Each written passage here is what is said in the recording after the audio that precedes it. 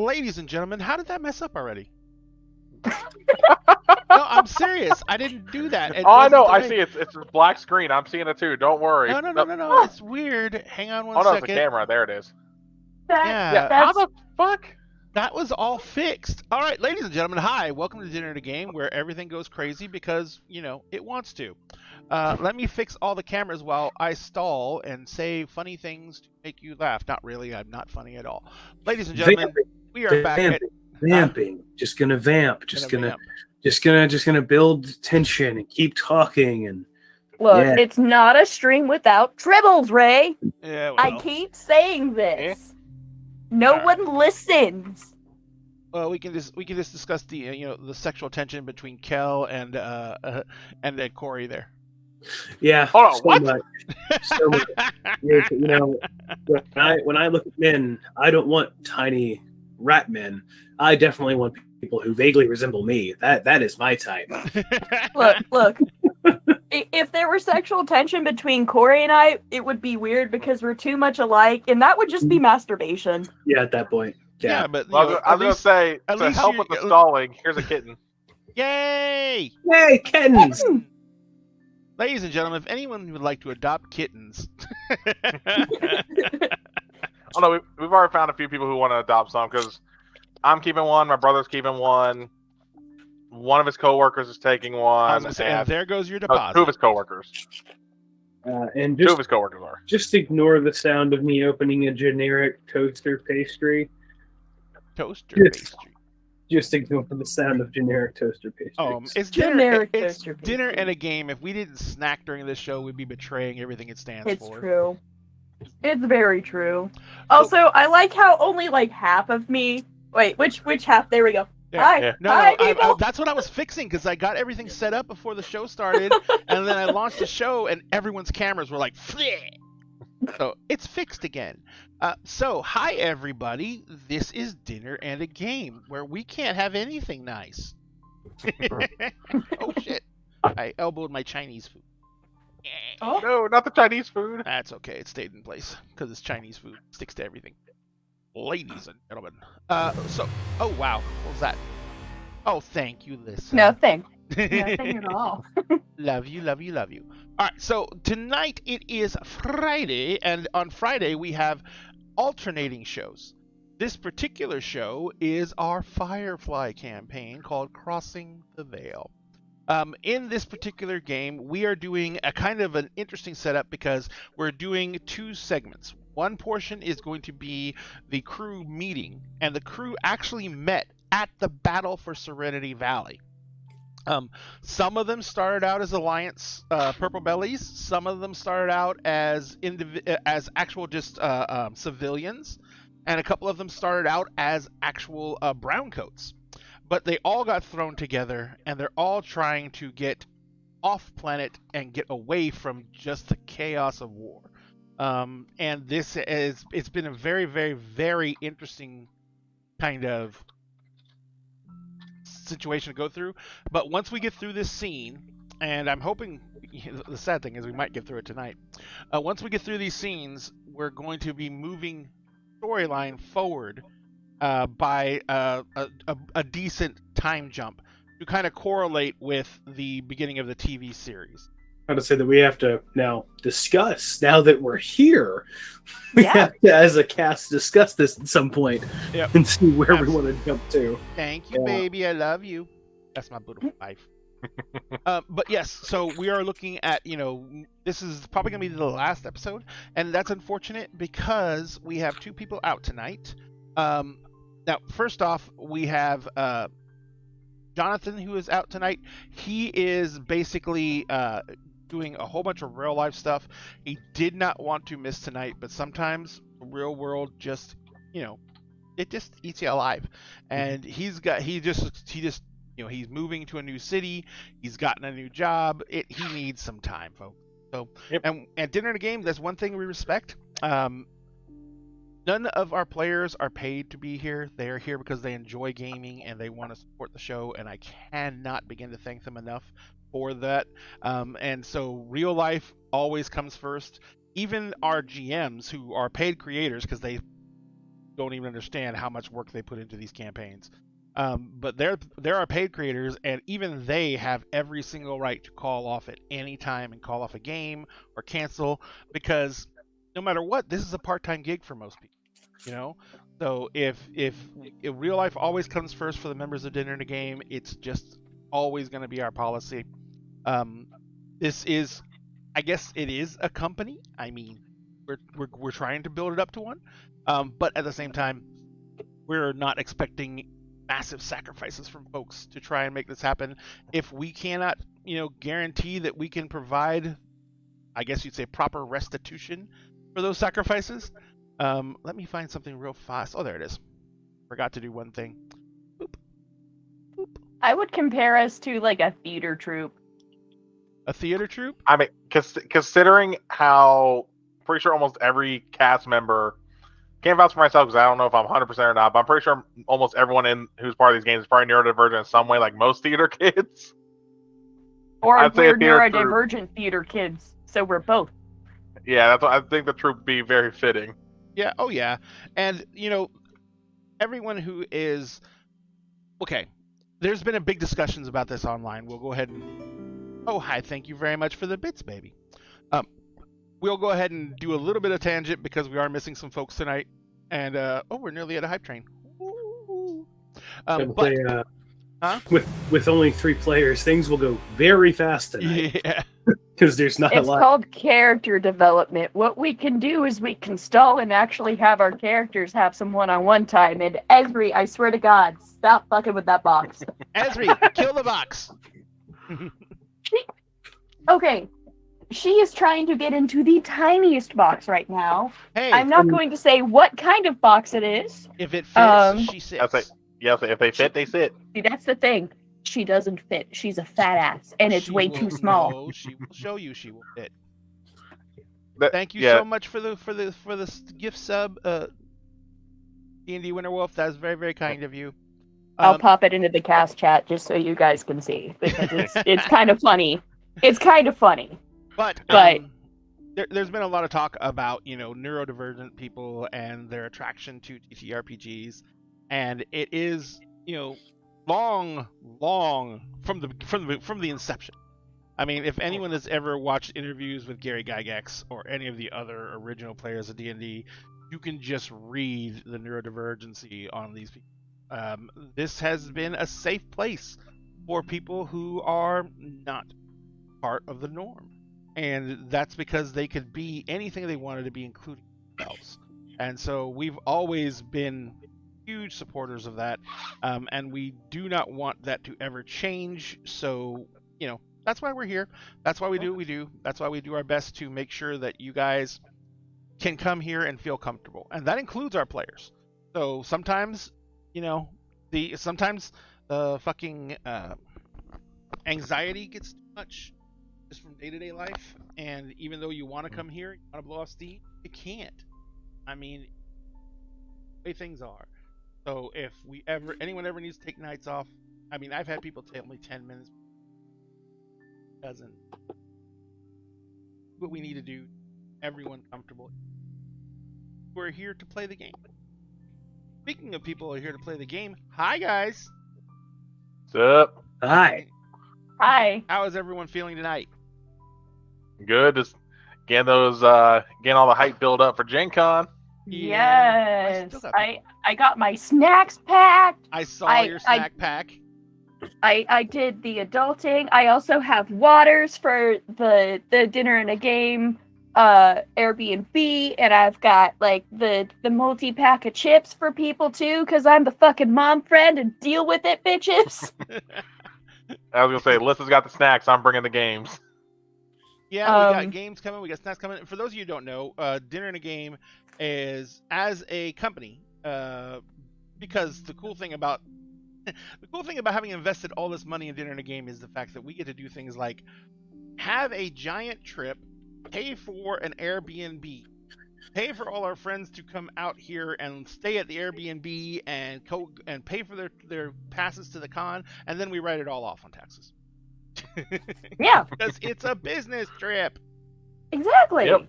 involving drinking and things. Oh, that's another thing. I have mead. Yeah, I know. I heard you got mead. Oh. I am going to be probably picking. Since we're flying out, I'm gonna have to pick up everything when we get there. So we will see what we can get, but we're definitely gonna probably do. The first night we're there, I think we're gonna be doing takeout because I don't think anyone's gonna want to cook after the first night of Gen Con. No. My wife's in the bedroom going, "I'm not cooking shit." Yeah, no. I've got like the little microwavable noodle bowls, like the teriyaki ones, for just like to snack on in the middle of the night. And I fully intended, if needed, to have that as dinner on the first night. There you go. Although, There's a hype I train. guarantee you. Thank you very much for the hydrate. I guarantee you that the first night I'm ordering out and like pizza night or something like that. We just have to make sure that we can get there early enough to where I can get some beer because I'm gonna want a beer after that day. So, ladies and gentlemen, those of you who don't know, Do Gen you want to Con- send me money to go pick up beer? Yeah, I can I'll pick Or me. beer up Yeah, I'll and probably bring do it that. with. Yeah, I was like, you can I literally just send it to me or Alyssa because since Well, we're you're driving, gonna it'll keep be Yeah, stuff we're in easier. the gonna trunk of drive your there. car and it's gonna explode. No. I'm talking when I get into Indianapolis, you can then send to me because by then you can just give me the code for the Airbnb and I can put it in the fridge. Could be Well, I'm driving up to from Georgia with the mead, so yeah, I but might your as well. The meat is unopened, so you can leave it in the car. It doesn't matter where you get pulled over. It's fine. Yeah, and it's in a box. So See, had I been going and had the time, I could have made mead. Well, that's what I was gonna say, Corey. You know, Yeah. next year, Corey, Mhm. Yeah, next year. make us And mead. Corey, remember, if you go with dinner and a game, cover most everything. All You have see, to- that's the thing I didn't actually know. I could have worked this out. 'cause Didn't we know have that. the Airbnb was paid Mhm. for. Mhm. We paid That's- for the That's been the reason convention. for my face for the past like 5 minutes of me just looking off contemplatively, like, man, I fucked up this year. Well, man, that's what I was trying to tell you. You should. Yeah. It's all in Yeah. Discord. Yeah, I'll It's on say- the buddy, chat side of Discord. you know how Well, little I'll say- scores. Well, it's also nice too. I'm using my PTO for this trip. Literally from that Wednesday through Monday Mhm. is all PTO. I mean, same here. I've got it too. That's what I would. Yeah, Look, That's the hard I part, don't yeah. have PTO as my grandfather's caretaker, and my Twitch payout doesn't get in until the 15th. Yeah. Hey, I'm just really fucking glad that we're in a position Mhm. because Oh yeah. you guys do a fucking shit ton for us just by being, and this is just all fucking thank you. Next year, it's gonna be a little bit more because we're gonna have material components launch. Mhm. Next year, we're going to have at Gen Con. We're going to have a booth at Dragon Con. We're going to be, it's going to be rough because we're going to be working. I'm going to need people to actually be working those. Look, Will I grab live the salesperson. I know where you live. outside of Atlanta, Ray. I'm literally counting on you to be the Yeah, local site coordinator. Yeah, but say you know when it comes to selling shit, I mean, you know what I do for a living. But no, what I was going to say is, yeah, we're going to be setting up all this stuff, and we're going to be doing all this stuff at these conventions. Because if you guys don't know, and a lot of you might not if you're not on the Discord, we are creating a company called Material, and it is literally designed to support tabletop RPG. And we are working with a company that creates tiles called Dragon Lock, and they are literal dungeon tiles. Be able to create 3D printable dungeon terrain. In fact, this leads me into a little segue, but if you follow us on TikTok, you'll see that we have this. It's a 3D printed tower that we're giving away when we hit 1,000 followers. This tower is Dragon Lock. So each bit of the tower comes apart. The levels come off. The individual levels, so you can move your minis around inside. The tiles interlock together, and they can be taken apart. Each floor can be broken down into components small enough that you can take this whole tower, break it down, and store it in a high top shoebox. And we're giving this away when we hit 1,000 followers on TikTok. Not this one, because this is my first printing, so see there's some rough lines on there. But I have another one printed out. And this is this type of thing, this tower, in this configuration, with everything that I've described on it, will be selling on our site for $90 plus shipping. So, and this is we're building out a 3D printing farm. We're going to be printing out all these items ourselves. We have things like individual floor plans for dungeon rooms. We're going to sell dungeons by the room, different size, natural caverns by the room. We're going to be selling fortresses, castles, everything. And all that's going to be sold on our website material. And that is it's what we're doing for the future. And we are also going to be building out with laser cutters to custom dice towers, custom dice trays, leather dice trays, everything. We are literally going to be a one-stop shop for tabletop gaming accessories, and we're going to be doing custom. Oh, thank you so much for the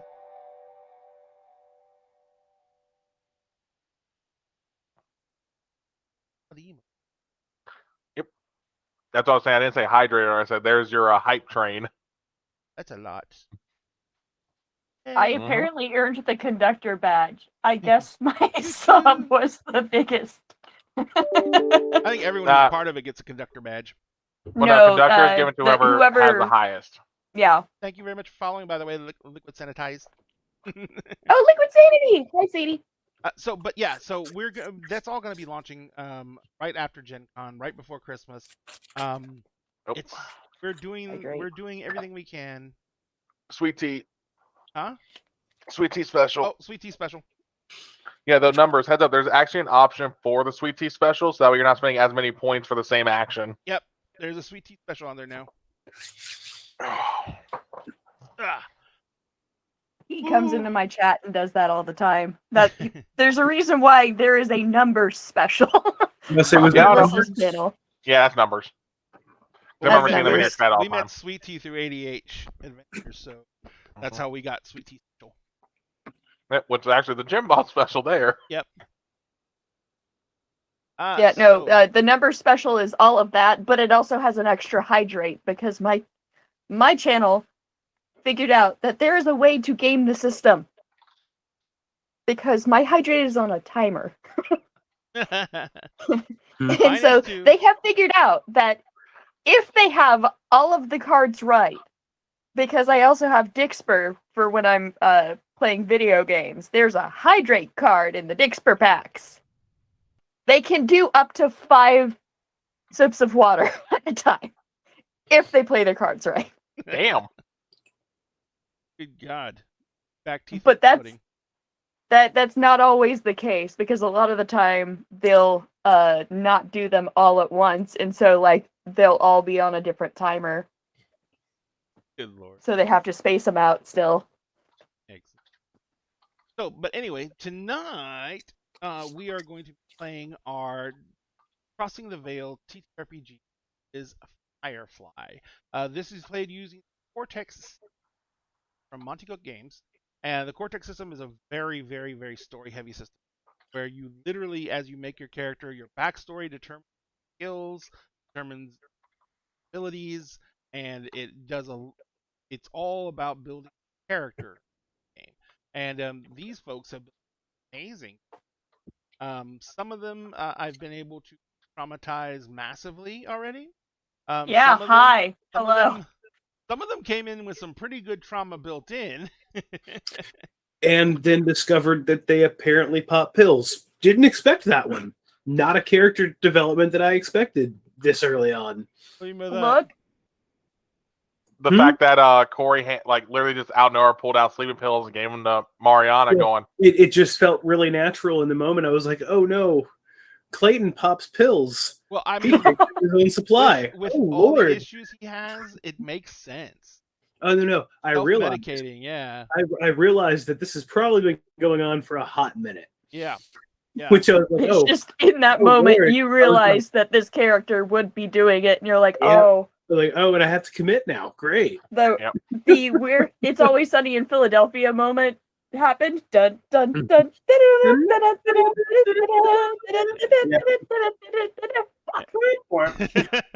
Oh, and Liquid, we try and stay away from hydrates on this channel. We've had some bad instances with some people having quite many hydrates, and so tend to stay away from them because they lead to some very, very censored comments, which can get us banned. Yeah. We stay away from that now. I mean, when it's just Lissa by herself, it's not bad. She knows what she's doing. But when it's all of us together, it's chaos. That energy, makes me sound like a functional alcoholic when I I was actually gonna don't drink say that much. I was gonna say, hold on, and listen, no offense, Lissa knows what she's doing or what they're doing. She absolutely You can knows use what she's she or doing. they, Ellen. Ah.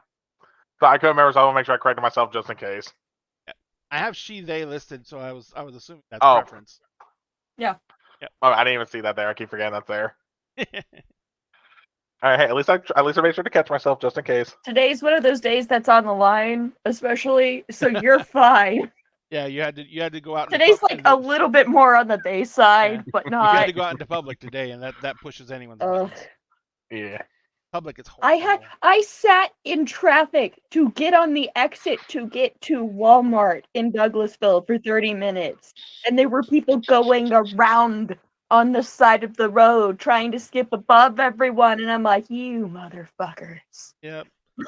See all the good old boys in their 4x4s tearing up the median. Uh-huh. Well, apparently someone, and now this might have happened on the other side of the road, but someone apparently like rear-ended a freaking school bus. God. Today in my area.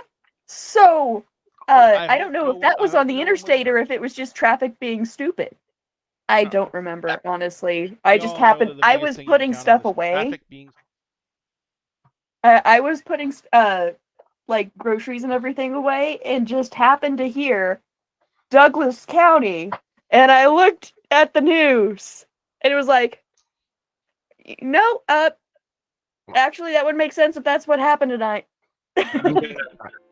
Give me 1 second. The kids have gone back behind my computer. I want to make sure they don't do anything. One second. Before we officially hop in, I want to make my statement. It is the one conspiracy theory that I believe traffic is not real and it is created by the government. That is my stance. I'm not explaining any further. You want to know more? You want to know more? I'll make a TikTok about it, and you can check it out there. There you go.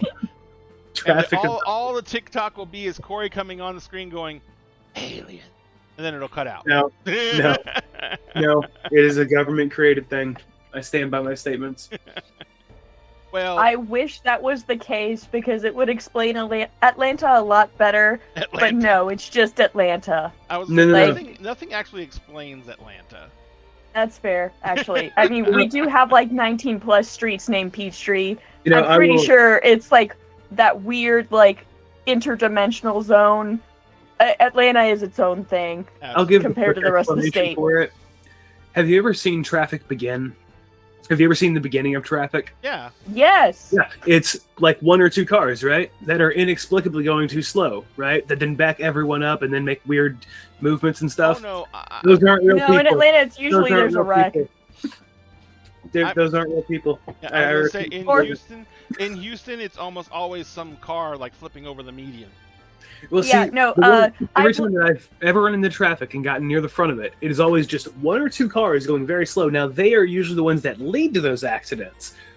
But it all starts with 1 or 2 cars going way under the speed limit for one reason or another. I don't believe they're citizens. I refuse to believe I've literally been on the interstate, and there was a semi-truck on fire on 285. Oh, I ended up 2 hours late for classes in college because of that. Now, mind you, opposite side of the road was the overturned semi on fire, but the fire had shot across the median and was on the other side of the road. So they had 1 lane of traffic on 285 open, and this was where it was like 3, maybe 4 lanes on 285. Liquid, you're in Actually, no, it had. Liquid is.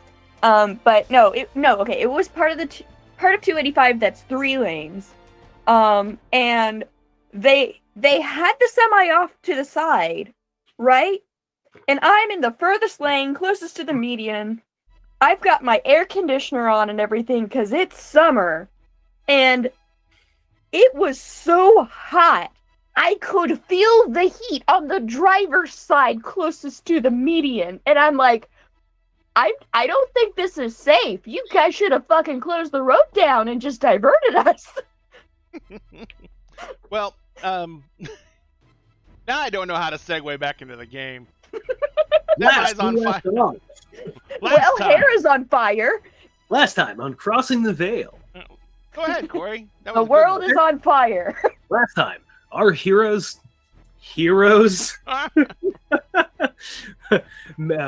rapscallions, there we go. Our rapscallions made it out of the Battle of Serenity Valley, made it to Mariana's family home, saved a brown coat VIP, managed to get on their ship, currently named Frankie, and begin the trip off-world, finding that the vessel was not quite ready for extraplanetary travel. They had to stop at a local junkyard and find the parts to fix the ship. They managed to do so and are now getting ready to leave Atmo. Now we return to our current adventure. So last we left off, everyone... That worked? Yeah, oh, absolutely. Thank you very much. They have an additional... An additional responsibility. Oh, really? Yes. I thought you were going to say an additional responsibility on the show, and I'm like, I'm fine with that. Anyone who wants to do the recap and can do it that fast gets in a plot point. John, I will do it every episode. Do not test I was gonna say, so if I say it twice as fast, do I get 2? No, because then we won't understand. So, What if we do it in German and then in English? That well, loses then a our plot cast, point. It takes longer. I was saying none of us will understand it except for the German, and then we'll understand the second part. Then you'll take twice as long. So, and you'll sound angry. Hey, I did German poetry in high school. It doesn't always have to sound angry. Yeah, you're right. Sometimes it can sound bitter and sad. Like Russian plays. Well, I just like there's a geek joke about language, like remember tell people you care about that you love them every single day because life is precious. But also scream it at them in Klingon because life is also Is also scary and confusing. Yes. Yep. The other variation is screaming at them in German. Yeah. So, yeah. Same deal. Yeah. All right. So, Honestly, I think Russian sounds angrier, personally. Agreed. it's kind of It always sounds like they're pissed off. Conversational Russian is oddly melodious. Well, it's a Cyrillic language, that's why. But at the same time, it's very harsh and guttural and When trying when to... they're upset or they're like full of energy, but when they're just having a normal conversation, very like babbling brook.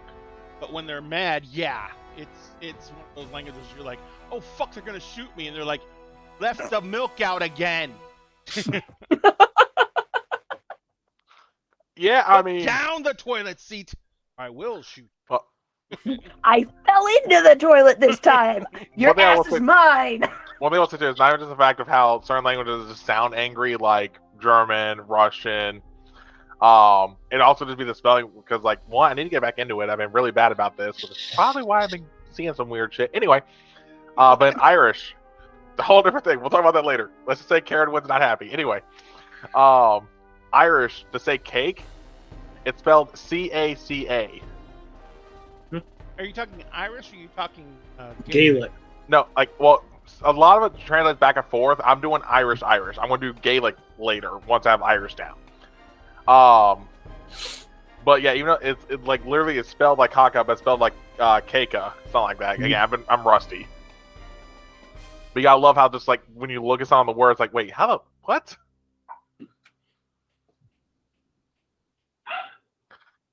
All right, so back to the trauma before we keep rambling, though. Back to trauma, because trauma is good. So 45 minutes of vamping, we're good to go. I know. Actually, the cameras have been fixed for a while.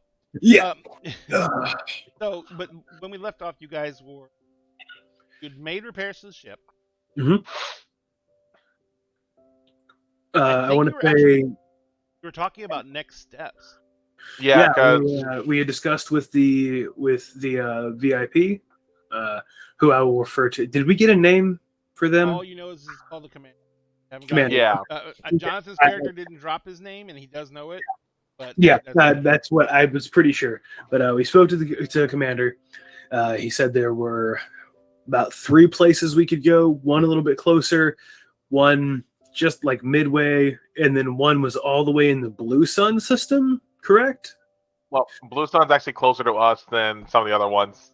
Okay. What's the what was the? I remember him saying that the one in the Kielbasa system was the one that's furthest away. That's like literally other side of the fucking galaxy almost.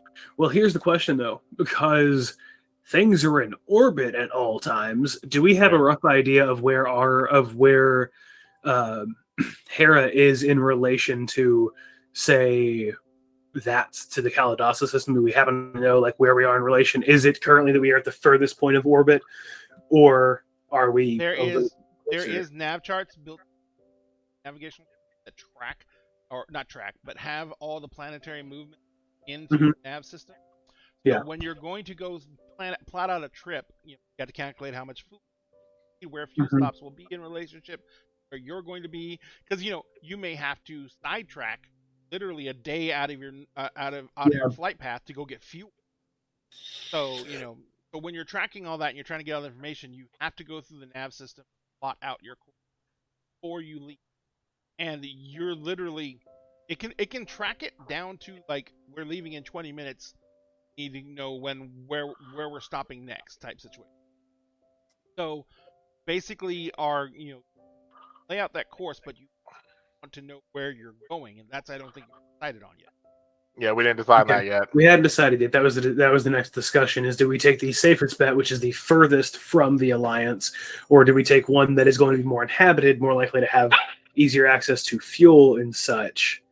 Because what were the planets' names again? Because I know one was Kielbasa, one was Blue Sun. There was another one. I think Those are Ariel systems. was one of them. Kielbasa is one system. Blue Sun was another system, and Red Sun was the other, or were we going somewhere else? We decided against Red Sun. That was one that we decided against them. Yeah, because that one shares orbit with the Georgia system, which means we'd have to go straight through the core. Yeah, we want to avoid that. We had discussed like boomeranging ourselves off of one of the off the gravitational pull of one of the planets, so we could just coast for a while. We were talking about slingshotting off the sun. Off the sun, there you go. Yep. Off of the sun to give ourselves a good momentum to keep going without having to use fuel for a hot minute, giving us enough oomph so that we could maybe get further and fly quiet for a while. Yep. Yeah, because I think if I recall, because I remember you mentioned a planet last time in Kielbasa, because wasn't Aberdeen in the Kielbasa? Because I know it wasn't Beaumont. Not real fast. Yeah, and I can't remember which one it was for the Blue Sun. I know it definitely wasn't Miranda. No, it was somewhere out in Blue Sun, I think is where we were looking. Yeah, because Blue Sun, there's Highgate, Deadwood, Dragon's Egg, and Fury. Well, and for some reason I think it was Highgate, but I'm not 100%. Yeah, and Miranda, but like I said, we already know that's not going to be Miranda. Miranda is currently a no-fly zone. Yep. Hera's in the White Sun, isn't it? No, Hera is in the Georgia system. It's orbiting the sun Murphy. Okay, gotcha. Yep.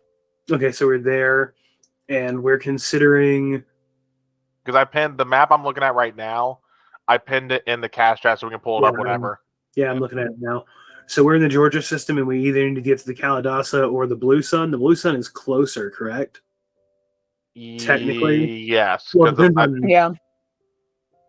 Depending on where it is in the orbit, yeah. Yeah, it depends. I'm gonna let you two figure this out because when I zoom in on that map that Kellen put in the chat, it's like really tiny and difficult for me to read. I'm having the big one. I'm on my phone. I'm having absolute hell, but I can read it just enough. Yeah, it's like it's not a normal image like the WebP one where like if you open the browser, you can actually like magnify on specific parts. Yeah. Yeah, see, that's with me magnifying it in specific parts on the browser. That's the thing. It's just really difficult for me to read. Well, if we can, I'm used to reading Tiny Print then, I guess. what's the central sun of the Georgia system called? It's literally called Georgia. Georgia. Yeah. What's the central sun of the Georgia system called?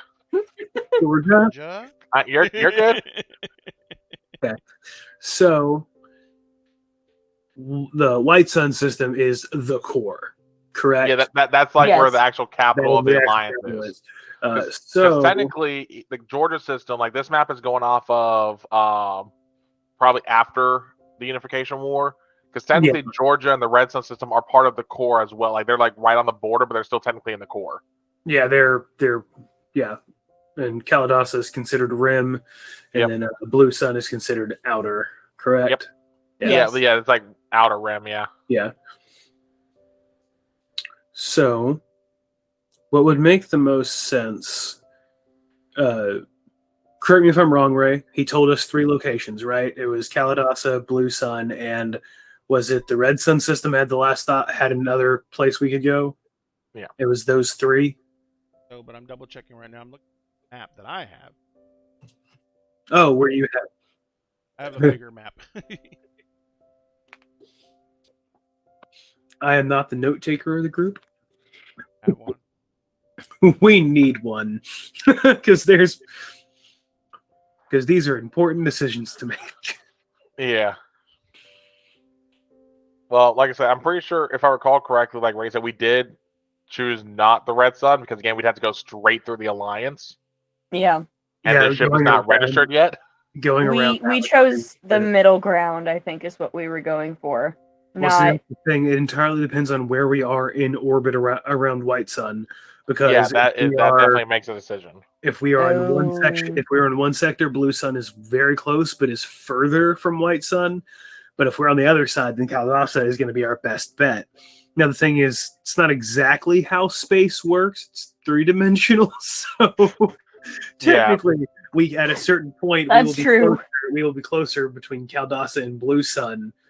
Like right now, we're in a spot where one of them is going to be closer right now. But more than likely, after we get to the one of those, we are actually going to be closer to the other, just with how space works. Yep. Yeah. Yeah.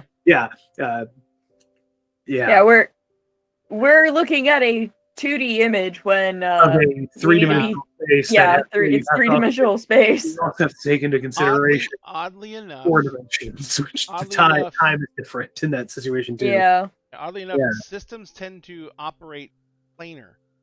It's true. Like our solar system, it's very weird. It's a flat plane, but if you look at it going through space, it's a flat plane going sideways. Exactly. Yeah. So it's kind of crazy. Well, and that's also like not taking into account like the tilt of it, but the reason why it's planar is because most galaxies tend to have like a black hole at the center that is holding it all together as a giant gravitational mass. But hey, Ray, I'm sure you have the full numbers for the exact locations of all of these planets. What's the X, Y, and Z axis, Ray? Actually, I do have a map that has all that in it. A fan-made map. They did it. Seriously? Nice. Yes. For where Hera would be located during the Battle of Serenity Valley? Oh well, no, they don't have it based on time frames. That's what I need to know. But the cool thing is, I'm this godlike creature called the GM, and so I can just decide that. Yeah. Can we roll for it? Sure, if you want to make a chance, you can make a roll for it. I would prefer that because I have no idea how we determined that based on a roll. Okay, I would say maybe roll for. So this is the thing: we do have the option that if we want to go to the Red Sun, because given these orbits, no, Red Sun and Georgia are in the same orbit, aren't they? Yep. So, shit, that's not an option then. So then, like, there's no way around going around the core unless we want to take the long way. Yeah, we'd have to slingshot off both suns. We'd have to slingshot off the sun we're on now, ride that into a slingshot around Georgia, and then whip ourselves around. That's just not. Which is not impossible, but it's annoying. But we also don't have our pilot, the person who is. Well, again, it's also the fact that that's where the most alliance. Exactly. Is going to be in terms of like density. Yeah. So we're not going to do that. And it's still an unregistered ship. What I'm Yep. suggesting is a single D12 roll. 1 to 5. Or Ray. You mean 1 to 6? 1 to 6. Ray can set it that for whichever one this to be, up to you, Blue Sun or Kaladasa. Kaladasa. I want to call it Kielbasa. I realize I want to call it Kielbasa. Well, It's Kielbasa now. I mean, you're from Higgins Moon. That's probably what you heard it called all the time. More than likely. Yeah. So everyone, the Kaladasa system is now renowned for their Kielbasa sausage. I'm actually trying to remember, where is Higgins Moon on this map? I know exactly where it is. Actually, is it in the Kaladasa? Nope. Higgins It's in Moon? It's in Blue Sun. There's no way it's in Blue Sun. Higgins Moon is just off of where is it? I can't see it on here. If you have the book, the PDF book, page 360 are the beginning of the actual individual system maps. It orbits Harvest, which is Red Sun. Oh, sorry. Then The we're weird thing about it is there's oddly no master map of the entire verse in the. Yep. The one that's on the wiki was fan made. It was all put together, or it might have been one of the maps from the attempted Firefly online or MMO they were trying to put out at one point, which is also where we got all the information for the Komodo. If you don't know, Yep. there was supposed to be a Firefly online game, and it never came to fruition. Yeah, Higgins Or if it- is off of Harvest, Which is in Red Red Sun. which is Red Sun. Yeah. That'd So be even we're- funnier though if it was Kaladasa and you still called it Kielbasa. It's Okay. not a moon, it's a sausage. 1 to 6. Ray, you said it in your head. What is 1 to 6 and what is 7 to 12? It being Blue Sun or Calabasa. Yes. I'm gonna roll for it, Okay. and depending on what I hit, that one is closer to us in orbit at There's the no moment. B, by the way. It is a D. Kalidasa. Kalidasa. Sorry. But you can call it Kibasa. I'm trying. Right? How do you do the quote command for when you say it's not a moon, it's a plant, or it's a Kielbasa sausage? Not a moon, it's a How do you- sausage. How do you do the I quote think command? it's What do you quote exclamation Not a that? moon, point- it's a sausage. I think it's exclamation point quote, and then you just space and type it. That I can't see. I'm trying to get it to A 9 focus. or a 6. It's an 8. It is an 8. So Posture check and a hydrate.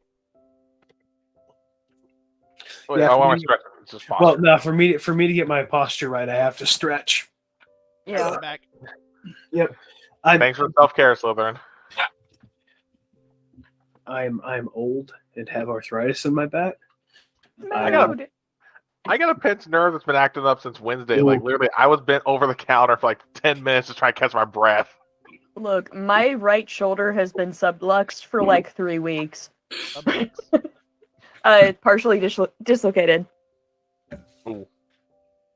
I can actually pop my shoulder out sometimes.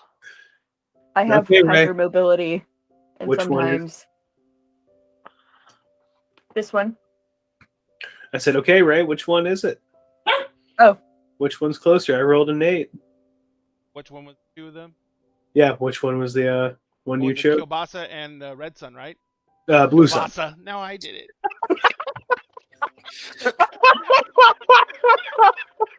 Oh, I'm clipping that. Ah, I'm clipping that. I'm proud of me. I have achieved a thing. And Ray, we're probably not Unlocked. we're probably not going to let that go at the Airbnb either. Uh-uh. I highly doubt it. Oh my gosh. Like I But said, it was- it's just gonna be a nerdy frat party, but It it's was gonna be the tame, like, all the theater kids in the frat together party. Oh my god. Yeah. All right. So anyway, Oh, that's it's going to what it be is. the Kalidasa system. That one is closer. Okay. Yes. So that means that one is current. If it's closer to us, that means it is currently closer to White Sun as well, Yes. given its orbit. Yes. Which means that there is a higher chance for Alliance patrol.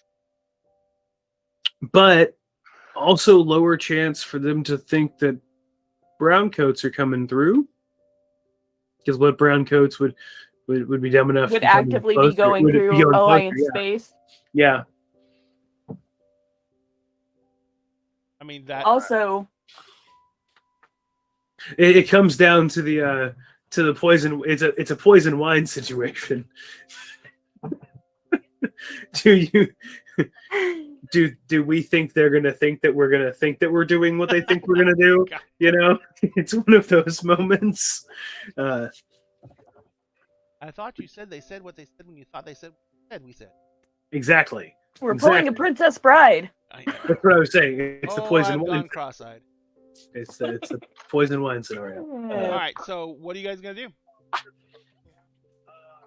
mean, Well, this we've has been sat around. This has been a wonderful circular debate that's gotten you back to nowhere. Yeah, we've. Well, Captain, it's your ship. I guess it's ultimately up to you. About. I have no real stake in this ship. I don't care where we go. I am basically a walking dead man with no soul. All I wish to do is cause harm to the Alliance wherever I go and spread fire and brimstone. You choose which direction you aim this bullet, ma'am. By the way, I'm a doctor. By the way, I am currently committed to the Hippocratic Oath. I can do no harm unless you're a prick. Or you're in my way, like Or Mr. you- Pinksmith. Or you're in my way, or you have something I want. I swore to do no harm. I think I broke that promise. I think I broke that promise when I pulled that pin on that poor innocent man's hand grenade strapped to his chest. This is the internal monologue of Clayton for the past 4 hours straight. Emotional. There you go. Emotional damage. As well as severe mental. Yeah, Oh, the you're trauma, the wonderful trauma. Clayton's definitely got some PTSD after all this. Oh, And Mariana. Okay. oh yeah. Oh yeah, Mariana, how are you dealing right now? So I feel, I just want to say, I She's feel like disassociating into the void, so pretty we've already- much, we've and already had not this dealing with it right now. That's what she's doing. I'm assuming we've all come together to discuss the situation, and we're probably all in the little common space area where I Probably. had left Mariana. I'm guessing that's what we've come The to. kitchen. I'm hoping so. Yeah. Yeah. It makes it kind of tough to make a decision with that, with two people missing. Yeah, it's true. Makes it a little bit tough. Now, you guys are the ones who have a stake here, because I'm not on the run from the Alliance, technically. Now, I don't have any love for the Alliance right about now, but Ma'am, I'm going to paint a picture for you real quick. The Alliance just came after a man seeming to go AWOL. That man was on your property, and a ship on your property left with that man jumping on it. I'm very sorry to tell you, man, but you're likely on the run now as well. Registered or not, as we've already discussed, more than likely, you're currently probably a fugitive for aiding and abetting an AWOL soldier from an active combat zone. Just to paint that picture for you. All I'm requesting is once we can get me some papers, drop me off on the closest planet, I'm fine. And that's what he did offer everyone. Very identical. And fresh papers for your ship, so you seem legit. Yeah. So we need to get this man to one of their safe houses. That's the long and short of this. We need to get him there, and then we can go our separate ways. If that's what we choose, that's what I'm going to do. I'm going on my own. I need to just fuck off for a bit. What was that? I'm hearing things. Fuck. But it is your ship, ma'am. It all depends on which direction you want to go. And as we check the the star map. It looks like Kaladas is closest, but that does probably run a higher risk of Alliance soldiers. Blue Sun is further away. We're on the opposite side of its orbit right now, or further in its orbit. But we could at least drift that direction if we needed to. It's true. And she's gonna take a sip of that moonshine that she was drinking at the end of last episode. Just a sip. I got a functional map of the verse and it's Sweet. crossing the veil. Got it. Awesome. Way a while to find. Oh. Alright, that's the map I have. It's probably easier for them to zoom on though. Yeah, it's a JPEG, so and I checked it. It's got good resolution. There's a snake in my poop. Yeah, that's my buddy from college. Oh, I know Hatha. I know Hatha a giant mini. Yeah. Oh, don't forget to pack mine for Gen Con, by the way. Yeah, I need to get all your minis packed. I can't remember. I got like what, 5 or 6, including Titania. They're all printed. The only ones I don't have printed are the giant ones. I The was saving printer. the giant ones for last, and I just literally got confirmation that my LCD screen is coming when I get back from Gen. Nice. Because apparently there's a huge. Got it in. All right. So what y'all's? I mean, The other this option, is Mariana actually paying attention to the conversation? Oh, she is. Just like she's disassociating, but that kind of disassociating that's like half there. enough to hear Or what's like, okay. yeah, enough to hear what's going on. So like, even if she's like staring into space, like she's kind of understanding what's being said. So the other option is if we, for some reason, wanted to go to the Red Sun system, we could, since Kaladas is currently closer, we could hit Kaladasa, hit that system, refuel, get what we need, and go to Red Sun if the commander wanted to go that direction. At the end of the day, he said he doesn't care which one we go to. I'm voting Blue Sun. It'll be the furthest away from the Alliance, and we can go our separate ways from there. There's plenty of planets to refuel, restock, and get you on your way to doing whatever you want to do.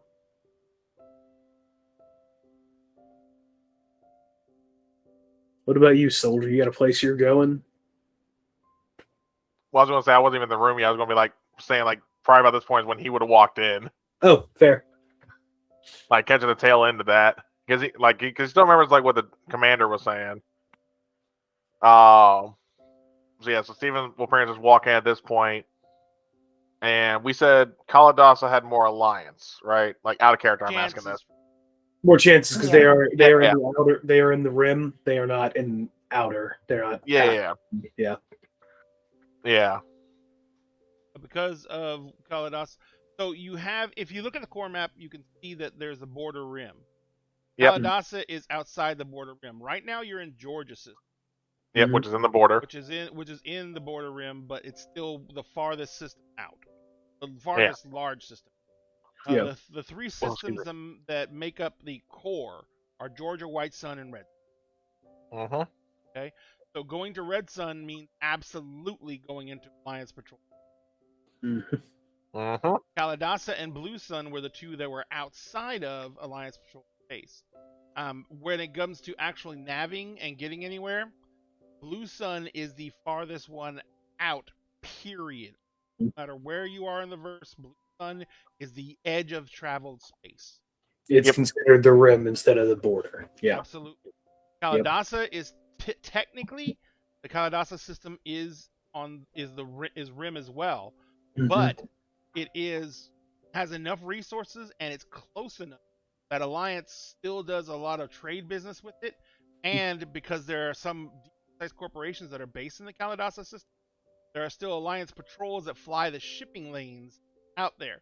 So the Kaladasa system is an area where you know there's still a chance of running into Alliance. There is barely any fucking Alliance presence in.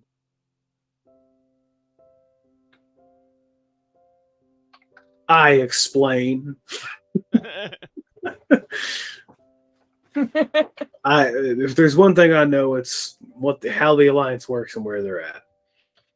That's why I vote Blue Sun. And you, Stephen, was that your name? Have you given me? Have we? No, we haven't exchanged names yet at all. Because all names. No, yet we haven't exchanged names yet. Literally, all you've done is point a gun in my face and patch me up. And patch me up. Look, I feel like are we past the gun in the face thing? I am sorry. It was heat of the moment. I will apologize for that. I feel like me saving your life was probably apology enough, but if you need more, I'll give you more. I do apologize. I apologize for putting a gun in your face. Yeah, no, but he'll it's been a stressful day. Yeah. But Mitchell's still going to introduce it with his real first name. He's not going to mention last name at all. Just because don't want any ties to the core anymore, since can't go back. Yeah, but he's going to. Yeah, I'm Mitchell. You can call me Clayton McCoy. All right. And you're Miss Mariana. I'm assuming, given the letter and such, and the birthday sign, I'm going to guess your name is Mariana. You would be correct. You don't have to answer. You're good. I'm getting the whole vibe here, and I understand. Mr. Pilot, who's not here, I'm going to assume you're wanting to stay as far away as possible as well. That's fine. Nods. And I know... But he does say, but we do have... Correct. Well, Commander said he had an outpost in Blue Sun, an outpost in the Red Sun district, and an outpost, or Red Sun, and one in Kielbasa. Blue Sun seems to be the safest bet. It's going to be furthest from Alliance eyes, furthest from Alliance patrols, and the only downside is a lot of brown coats and other independents will be heading that direction. That's my only thought. If I was the Alliance, I'd be watching that direction. But if we do this right and we can get out of here sooner rather than later, because we can probably still hear active combat on the planet, I'm sure. Because we're talking about... It's dying down, the chatter on the radio, on all systems radio. Yeah. Has been dying down a lot. Blockade. There has been significant portions of the blockade that, like, the blockade is kind of on a skeleton. Yeah. They've been launching off different segments of the blockade to pursue a lot of the brown coats ships that have tried to run the blockade. Oh, that's a good question. We have brown coat radio, effectively. We have their comms, correct? Since we have that one comm, but he took the battery out of it. Well, and just saying this like don't forget, as his character still has my janky ass comm, as they essentially described it, my one way. Absolutely. Well, what I mean is radio, not specific comms, but some kind of signal to be hearing what's going on. I'm sure we have something, right? Oh yeah. I feel like Mitchell here would be able to, at least, even just the standard radio communications on the ship, he could probably, at least in some way, between him and Ian, could very easily at least get us some kind of info, even if it's just basic to maybe see which direction people have been heading out.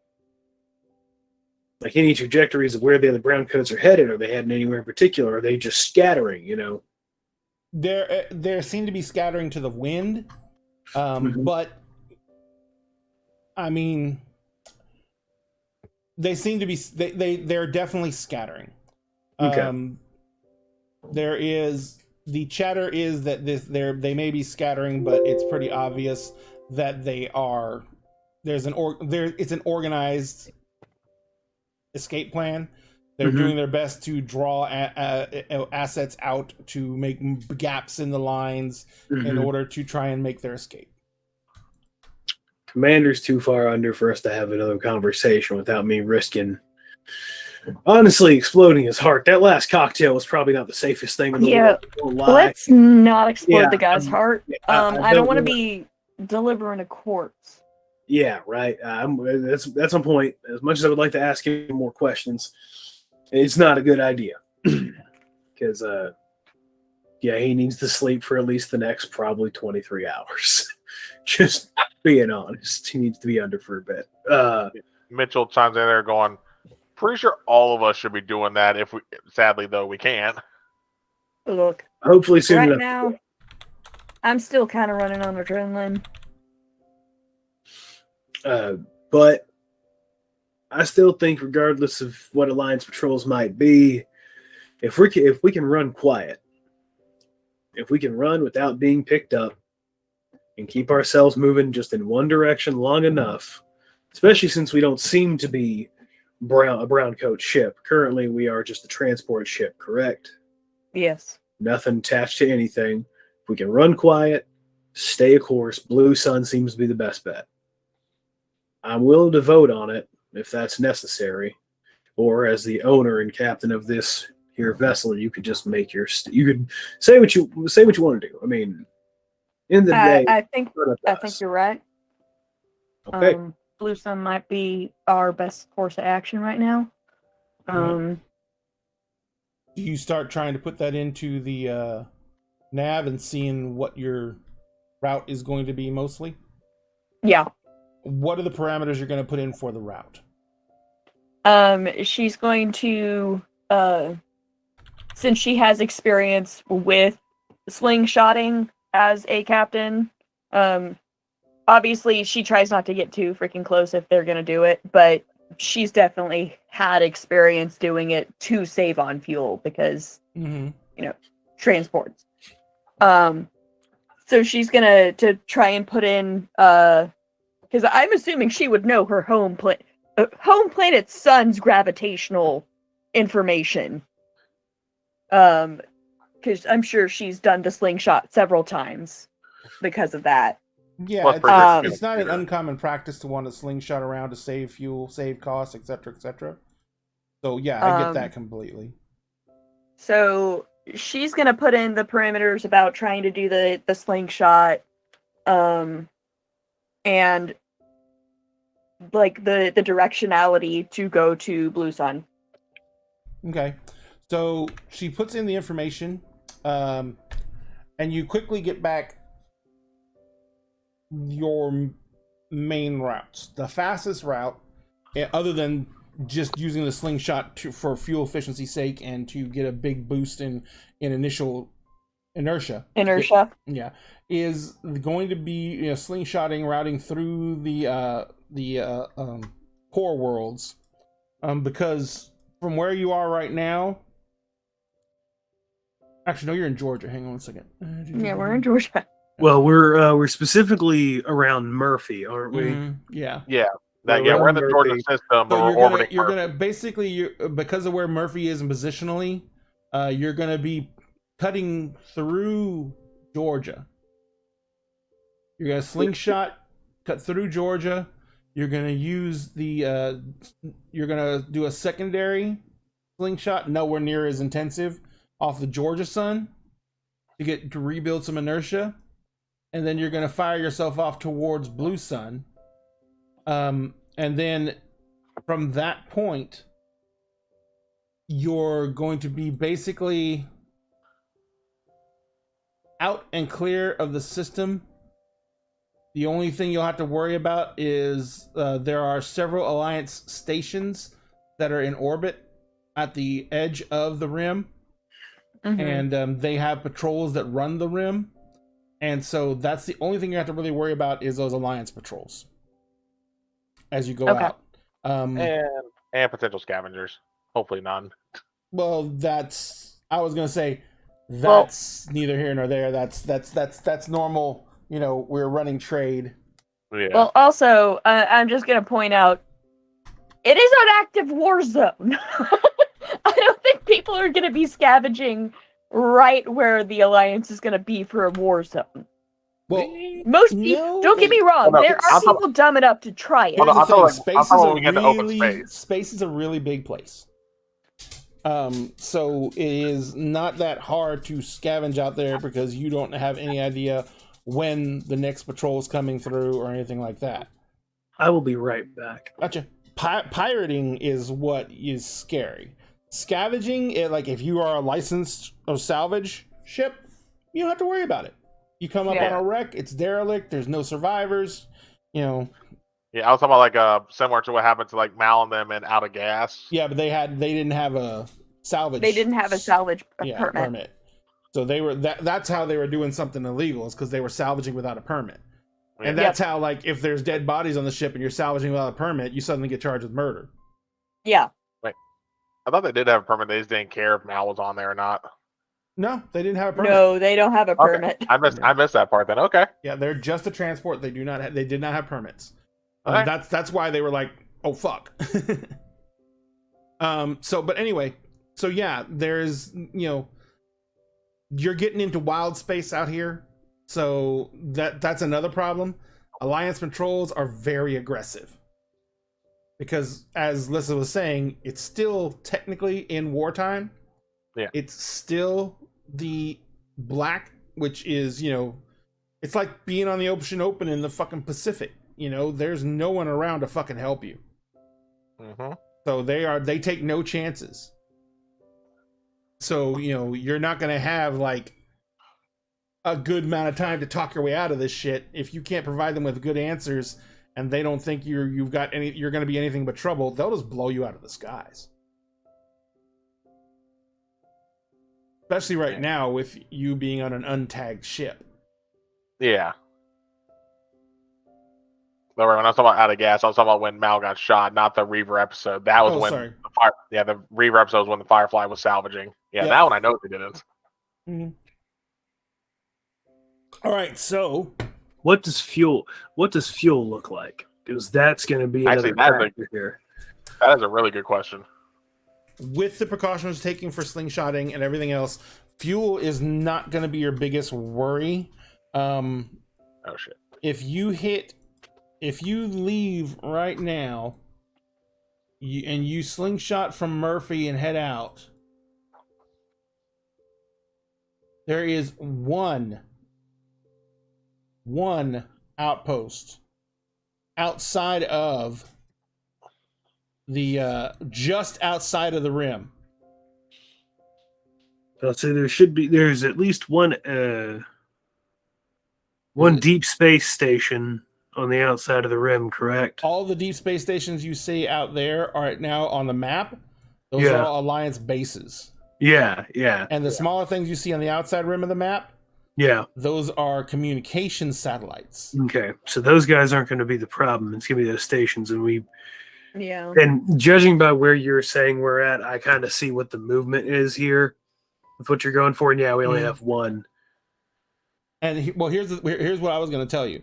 There is one independent space station between this and Blue Sun. And it is a very well-known space station. Everything there is extravagantly expensive. And it is because it is a very no questions asked place. We do have quite a bit of medical supplies, you could say. We have quite a bit of different things on this ship that were just taken from a farm that might be worth trading. Just saying. Especially if it's all hush-hush, we might be able to find somebody a little less than trustworthy who might be able to utilize these for something more than their intended purpose. That's not wrong. Is that not wrong? Okay, well. Not wrong. Being as that is a thing that exists and a place that we could possibly refuel, maybe get supplies that you might need for further travel, and maybe even, if it was possible, maybe the commander could get in touch with people while he's there. Because I think right now it's not the best idea. to try and do too much communication while we're still surrounded by purple belly scum. I'm gonna have to get real used to saying that. Gonna have to get used to saying that a lot. I think it is perhaps a good idea that we stop. Mariana just like passes the jar of moonshine when he says, He has I gotta been get used to saying that. He has been actively smoking this whole time and has already pulled out another and is continuing to just chain smoke. smoking. Yeah, there's a Does he take the moonshine? Would he oh like for it? sure, and he mind you, he throws it back and does not make a face whatsoever. Just kind of sets it back. Is he currently making the oath of throwing it back? No, no oath of throwing it back. He is. I was gonna say, as you're going to try and set the ball deck down, Grant Mitchell's not realizing what's in the bottle. Reaches out, try and grab from you. Oh yeah, they'll take a swig, and they're from the core world. They don't do shine. They do like liquor and shit like that. Mm-hmm. But he takes one swig, and he's just like, you see him just like pucker up, just going. Like college kids, his first bottle. One quick amendment: the space station that you're going to be hitting is still technically in the Georgia system. It's orbiting a planet called Ezra. It's on the very edge of the Georgia system. Yeah, it's like the innermost ring orbiting the sun. Well, I think it's innermost. Is that or Regina is on the innermost? It's hard to tell on this map. Pretty sure Ezra is on the innermost.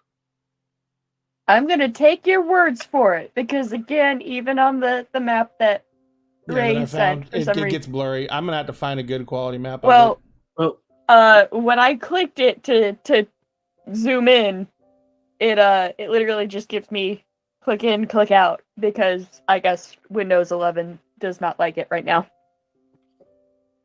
Try seeing if you can open it up in like Windows Photo, or if you go to the wiki on Google and look at the actual map of the verse on there, it opens up huge.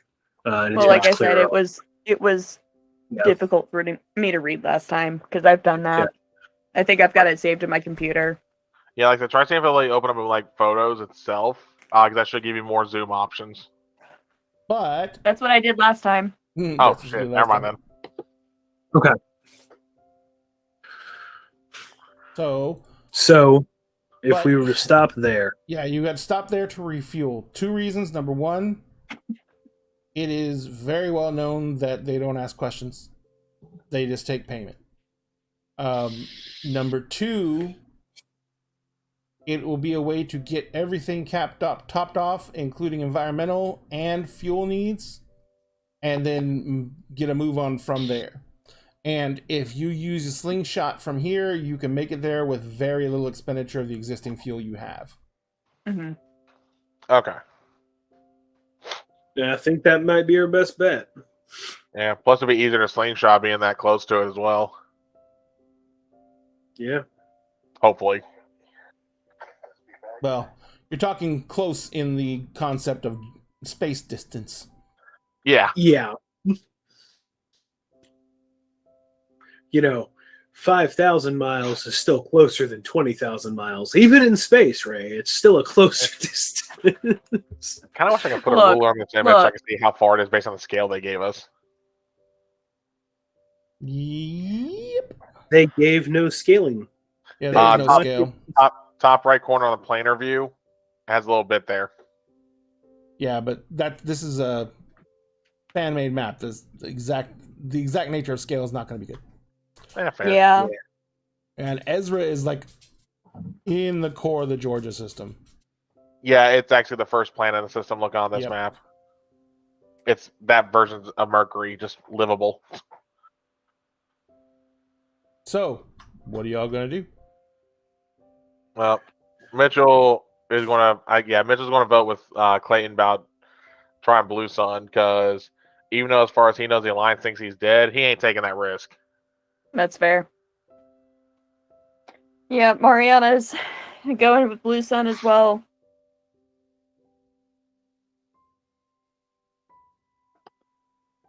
Everyone else is kind of like, Atlas is just concerned with getting the commander somewhere safe. Farther out for him, the better. So he doesn't have any. He's perfectly fine with hitting Blue Sun as long as you can do it without getting the least amount of alliance interference that can be happening.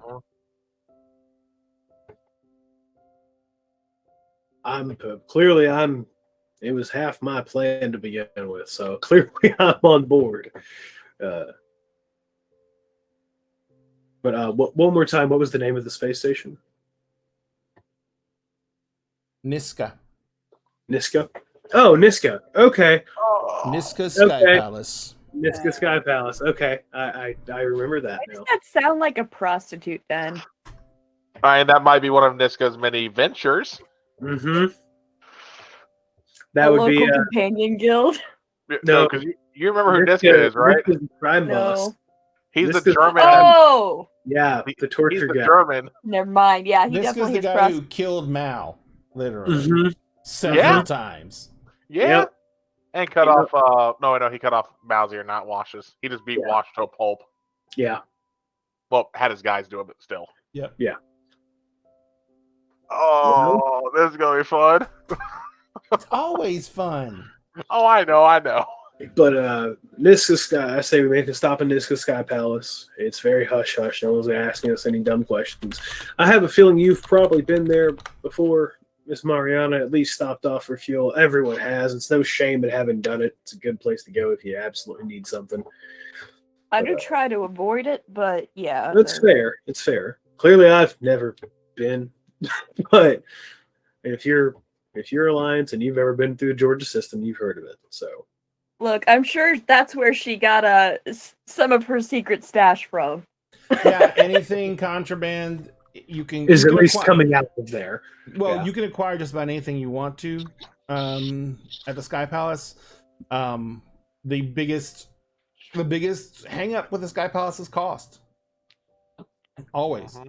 Because you can find anything you need, but it's gonna cost you. Yep. Maybe a leg. Maybe an ear. Well, it's not Maybe necessarily it's that. I'm just saying I don't- I'll really make it. monetarily gonna cost you. Niska doesn't tolerate stuff like, people stealing from each other on the station. Oh yeah. Now, you get out of sight range of the station and it's, all bets are off. Yeah. No, I was making a joke. Oh, I know. But I say we stop at Niska Sky Palace, make our way to Blue Sun, and hope to hell we don't catch any Alliance on the way. Sounds like our best bet. Mm-hmm. Okay. Atlas, you want to get us ready to hit Atmo and get out of here?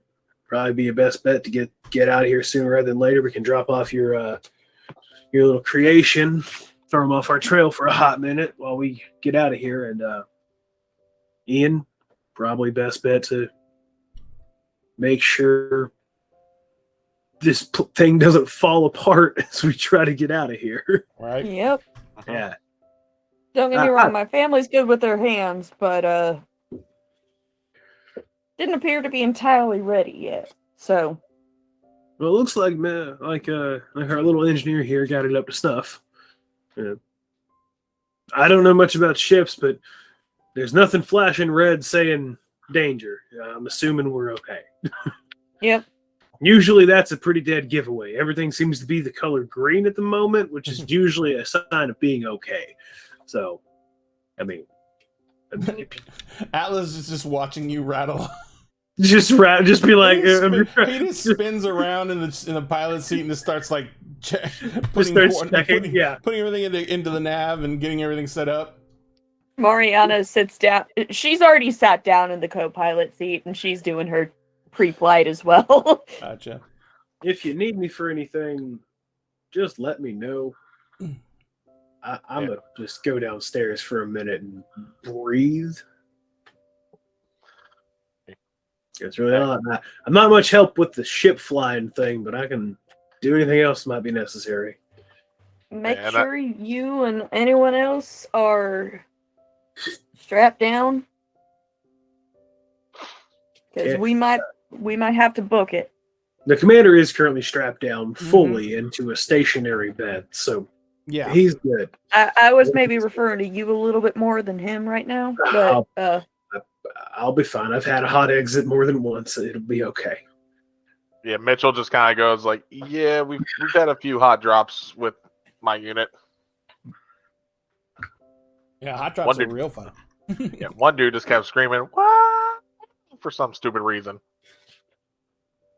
He just didn't want to die. Oh no, he ended up dying after he put like 1 foot on the ground.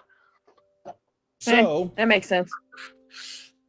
what are the plans for how you're going to make your best possible escape? Okay. Well, we already have the what do you call it, a crybaby? Mm-hmm. Yeah.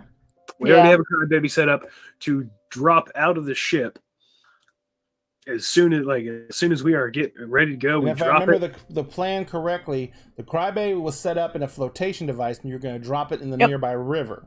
Yep. We put it in a floaty. We took put it in like a floaty. the little pool noodles. Pool noodles, and made a floaty out of it.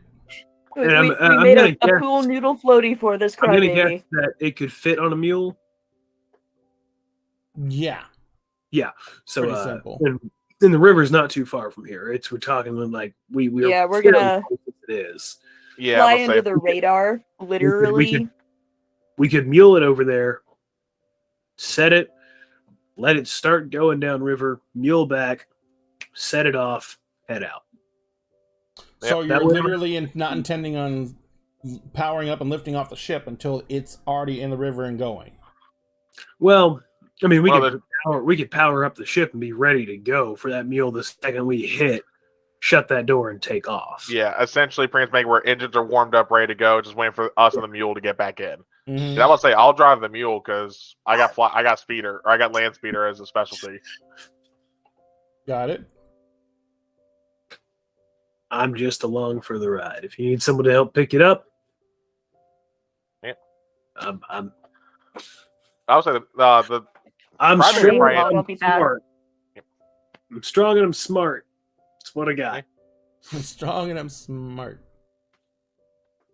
You'd think it'd be a very useful combination of abilities, but it really is still kind of limited. yeah. Yeah, so I guess at that point, if we're I doing can that, save your life, but I can't reset a VCR. I can't reset a VCR. I don't know timers. I don't think anyone in the verse knows how to reset a VCR at this point. He can't program his smartwatch. I can't work a comms unit very well unless it is a singular button to press, but I could operate on your heart under fire. So you take what you can get. Yeah, but at that point, Mitchell's probably going to go ahead and get. If we're going with the mule ideas, go ahead and get the mule's all set up. Make sure it's got enough fuel to get there and back. Oh yeah, easy. And just, oh yeah, I got figured, but just making sure everything's ready. Even getting the crybaby loaded up, and then if need assistance, he'll call for Clayton, going like, "Hey, Muscles, get down here." I head down, help him get it on the mule, help it get it all set up, and we make the short trek over to the river. Shouldn't be more than a quarter mile or so, knowing where we're at. Yeah, it'd probably be like 5 minutes there and back. On the mule? Yeah. Yeah. Not gonna be too long. Yeah. While everything's firing up, we'll go ahead and take care of that. Keeping a good eye out for any, Patrols. Alliance patrol ships or anything, Mm-hmm. which would make sense to be coming around this area looking for any stragglers if they know about the planet well enough. But at the same time, we haven't had any indication of it so far, so Yep. Maybe we're okay. What was that? Was in that no indication that there's probably going to be patrols out this way yet, based on the fact that we are pretty sure no one really knows of this area unless they're locals. No. Yeah, no. The Alliance is not. The Alliance is still in an active cleanup operation. Yeah. But now that things are starting to slow down, they are starting to dispatch. What's wrong? Ah, You okay? citrus monster in the eye. Oh, Oh, That's why you just don't want to get your monster excited. Ah. You'll get it right in the eye. Crazy. Ah. And actually, let me go ahead and skip that. Okay. Where's Okay. that new emote? There it is. He's fine. He won't die. Good. I'm more awake now than I have been all day.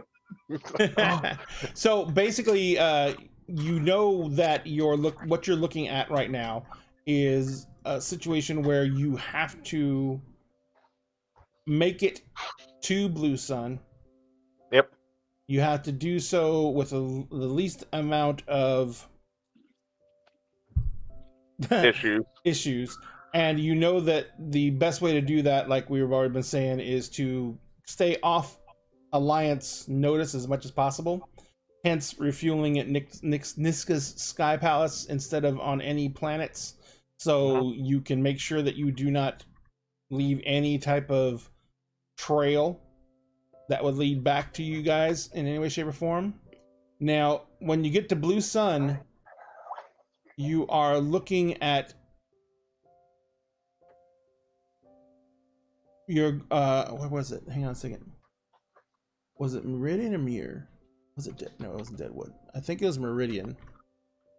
Was the planet you're gonna be looking for in Blue Sun. Oh, the capital planet. Got it. There's no real capital. Well, you know what I mean. It was the first one that they actually went on. Technically, it's called it's a system capital, but that's just because it's the oldest terraformed planet on Blue Sun. Yep. So it has the most infrastructure. It has the most, it has the most livable, habitable. Yep. Items. And there's 7.5 million people that live on the planet. So. Yep. It has one moon, Burnett, and it is pretty much. If there's any place that can be said to be nice in the Blue Sun system, Meridian. Yeah. It's pretty much the Boondocks. Yeah. Fair enough. It's like Dodge City in the old West days. You know what I mean? Yeah. The top, the highest in French fashion sold out of the back of a clapboard wagon. Yeah. Not wrong. Yeah. Yeah. So that's pretty much your destination. That's where the safe house is supposed to be. Is there anything you guys want to try and do before you try and make the run? Make sure my gun's loaded just in case. Oh yeah. Or before we make our little mule run. Yeah. Before you get this whole thing started, yeah. Oh well, I'm gonna take little buddy and little buddy set him little buddy. Oh yeah, I know. Mariana's dad's pistol. Yeah, who have named little buddy. I'm gonna make sure he's good and loaded. I'm gonna take one of the rifles that Mariana took from home. So if anything goes sideways on this mule for this 10-minute trip, I ain't trusting shit. Then after that, I'm probably just gonna go and busy myself because I can't really help with the ship's takeoff. Yeah, I would say if anything, after we get back to the ship, as long as there's no complications, Mitchell's going to strap down just for the initial takeoff, and then probably get a shower at that point because they got some stuff to think about. Well, showering when you're like in a. How about after you make it off planet? You try that. That's what I meant. Like that's what I was saying. After the takeoff, like as we're en route to Niska Sky Palace. Yep. Yeah, no. During takeoff, hell no. I ain't going to get turned to. I'm not going to make the shower turn to a friggin' like ping pong or not ping pong, a pinball table. It'd be more like a meat tenderizer. Yeah. Foosball table is another one, or air hockey table. Yeah. No, that'd probably be the kitchen with everything in there. So, Mariana, what are you going to be? What is your thought process for how you're going to do this after you guys set out the crybaby and you get it, you activate it? What is your next steps? What is your thought process on how to do this? The plan that she has in mind is once we get it going down the river, she's going to fly under the radar up the river direction for a little bit, and then try to exit Atmo, so that way there's more distance that's being put between them and the Crybaby before they activate it. Yeah. Now the Alliance are still running a blockade, so they're still doing active patrols.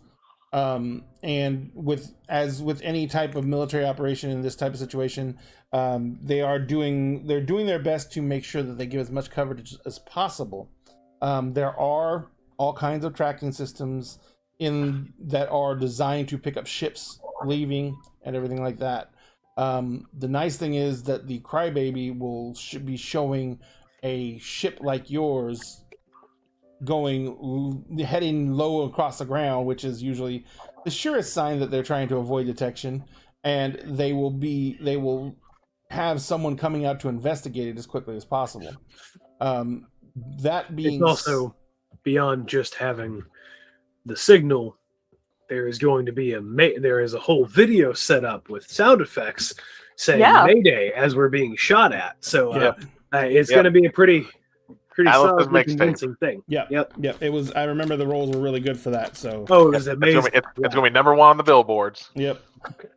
So that's going to be a solid distraction for you to use to try and capture a window to get the fuck out of the system. Yeah. Mm-hmm. So let's do this. Coming up on 10. Yep. It's 9:45. Let's take a 20-minute break, or 15-minute break. And while we're taking that 15-minute break, let me go ahead. What's this? I got the keyword typed. Just waiting to hit enter. Oh, good lord. I don't remember What's what the keyword this time around? Demon. Exclamation point demon. Good lord. Yep. Did I actually close out the giveaway last time? I did. I'm such a good boy. All right, so we started up the giveaway, ladies and gentlemen. Every show for 20 minutes, we run a giveaway. The giveaway has a keyword that you type into chat, and you are automatically entered to get raffle tickets for our monthly drawing. The monthly drawing this month is for this bad boy. This is the Avatar of Orcus. This is a mini from Loot Studios that is an Demon Lord. It is on a large base. It is 4K quality print. It looks like you see it here. It's gorgeous. It's amazing. We're going to give it away to one winner on our Saturday show, which is tomorrow morning. Okay? You don't have to be present to win. The raffle tickets will get you your chance to win. But we're going to do that tomorrow morning. I'm going to put up the last leaderboard for the raffle giveaway tonight in the chat after the show. And we're going to do the giveaway for this bad beastie tomorrow morning during Monster Hearts 2, the Breakfast Club. So I'm going to go ahead and check that off screen. We're going to take a 15-minute break. We will be back, and everyone refresh your drinks. Everyone get yourself some snacks, and we're going to see how our amazing folks fare trying to finally leave Hera.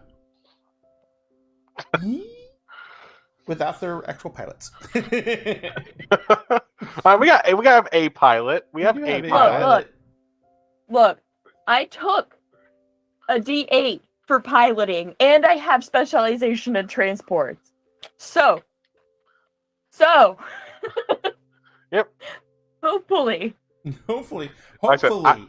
I can attempt to help. I only got a D6, so we'll see how that goes. All right, guys, we'll be back in 15 minutes. So we'll be back at, actually, we'll be right back at 10 o'clock. See you in a bit. Yep.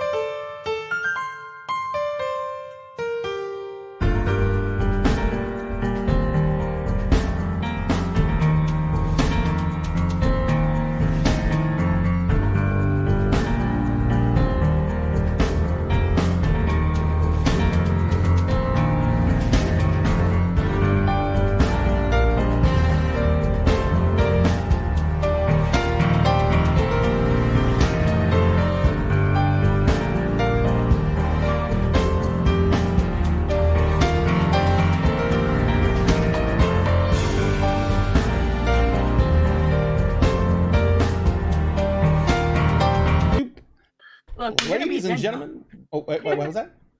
I said, look, we're gonna be at Gen Con. I know, So- we're going to be at Gen Con. Ladies and gentlemen, we're going to be at Gen Con. And if you want to be at Gen Con with us, you need to come to Gen Con. Just to remind everybody, we are doing a charity event at Gen Con. We are going to be in room 101. We're going to be being broadcast live on Gen Con's channel. And we are going to be doing a charity event for the Trevor Project. Now, we're discovering some issues with this because the Trevor Project...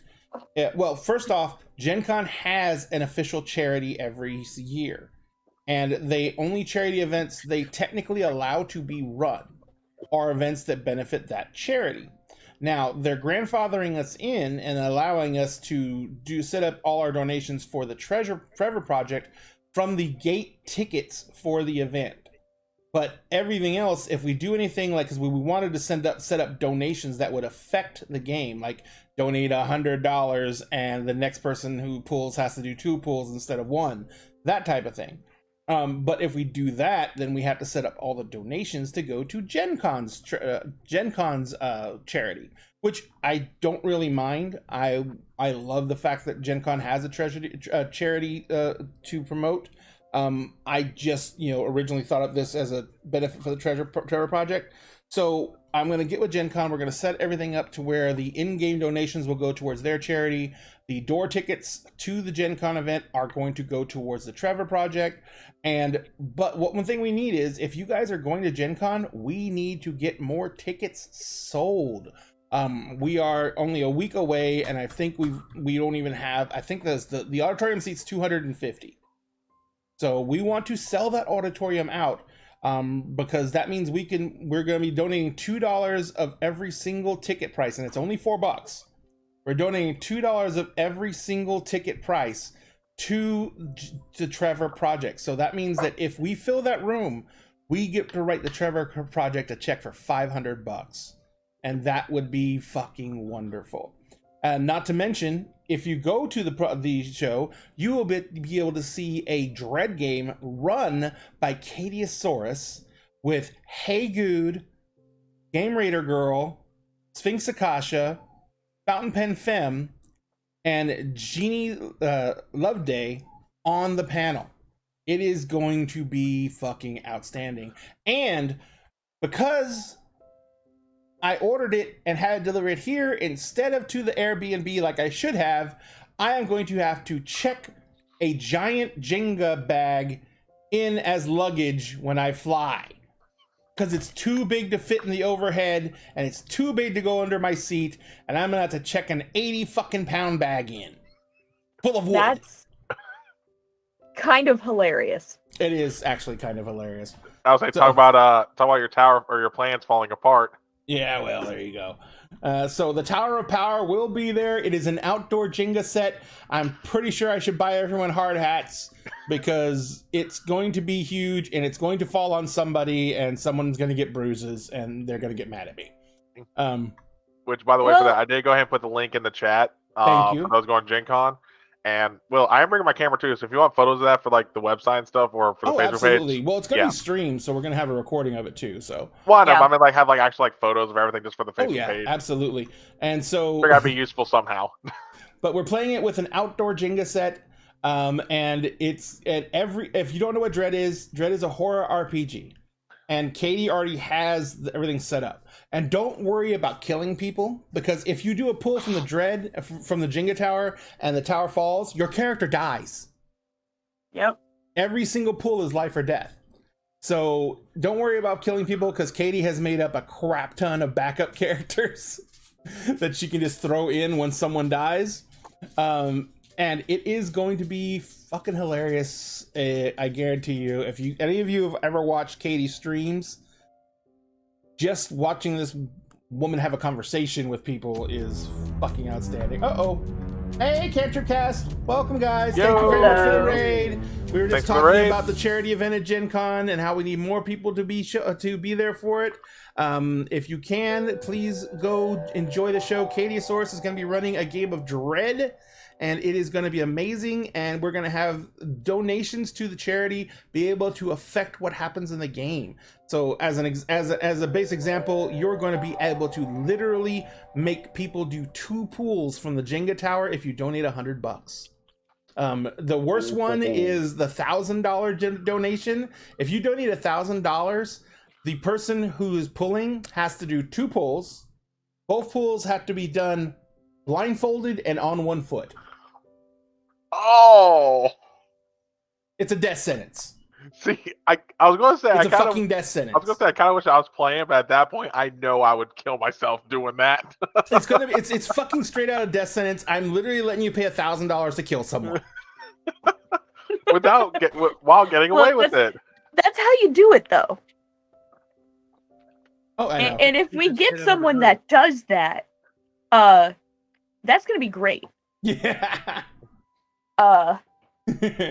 So, oh, by the way, everyone who just followed us here, just wanted to let you know, thank you. What's number one? Thank you very much for the follows. We greatly appreciate it. You are automatically entered to win this. This is our D&D core set. It is the limited edition set, which means it's the foil covers.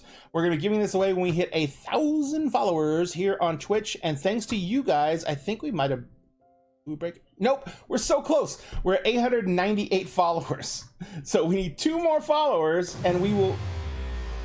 Thank you so much, Cal. That was wonderful. Yep. Thank you so much. But we need 2 more followers, and we'll be at 900 with only 100 left to go. This is the core set of D&D books, Player's Handbook, Monsters Manual, DMG. Plus, it also has the GM screen in that slipcase, and this is the foil covers, which means they're shiny, they're sparkly, they look different than everyone else's, and you are automatically entered to win just by being a follower. If you know anyone else who would like a chance to win, tell them to come over and give us a follow. It's free, and you're automatically entered to win, and you help us get to 1,000, and we love you for it. And of course, if you are present for any of our other shows, oh, thank you so much. Thank you very much, Howard. We just hit 900. We hit 900. Thank you guys so much. That is amazing. 100 more to go. We're almost there. 100 more to go. Also, if you are here during the show, we just actually did this right before we went on break. Every show we do raffle tickets for a monthly drawing. The monthly drawing this month was for this, which is the the Avatar of Orcus. This is a mini from Loot Studios. They produce 3D mini files. You have to have a 3D printer to be able to get this mini, or know someone with a 3D printer. I'm printing this mini out. We're going to give it away tomorrow morning on the our Breakfast Club, the Breakfast Club Monster Hearts 2 game, which starts at 9 a.m. Central Standard Time. That's why we call it the Breakfast Club. And we're going to be giving away this mini to one winner. You get raffle tickets, 1 for followers, 2 for subscribers, and we will do a drawing based on those raffle tickets tomorrow morning to see who wins this mini. And finally, if you follow us over on TikTok, we're giving away this bad boy. This is a 3D printed tower. It's 4 stories tall. Each level comes off. You can move the minis around it individually. The front door opens and closes, and there's a hatch in the roof that opens and closes. Every single level breaks down to individual components. This is a mini system called Dragon Locked, where everything interlocks together. And this can be broken down and put into a high-top shoebox for storage. Now, this mini is going to be given away with 1,000 followers over on our TikTok channel, and a 902. Thank you so much. And that you can find over on our link tree. Oops, which once I learn how to type again, I will put into chat. You can find our links to all our social media accounts there, and more specifically the TikTok account, so you can go give us a follow over there. We are at like 920 something on TikTok. We are having the hardest time hitting 1K on TikTok, guys. I will not even lie to you. It has been an ambition. Hey everybody! So today I have. That guy's loud. Sorry about that. I was just trying to go see how many we're at. 973. So we are like 20 something people away from a K, and we have been in this range because we keep on going 973, 972, 973, 972. So we have been trying to get there. We're just desperately clawing to get there. But once we do, we're going to give away this. And we're not going to give away this one in particular because this one has some problems with it. I have several more printed out, and we're going to be giving away one of those. But this is a great toy, and it looks great on the table. You'll have to paint it yourself.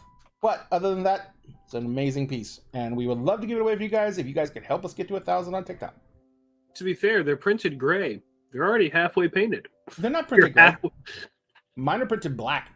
Oh Lord. That'll do Oh, it. we Okay, just yeah. want the image. Or blue. Okay, Yeah, so do the image. spray it with some gray primer. You're good. And Like, you're here's getting one of the there. here's one of the floor tiles. Oh wow.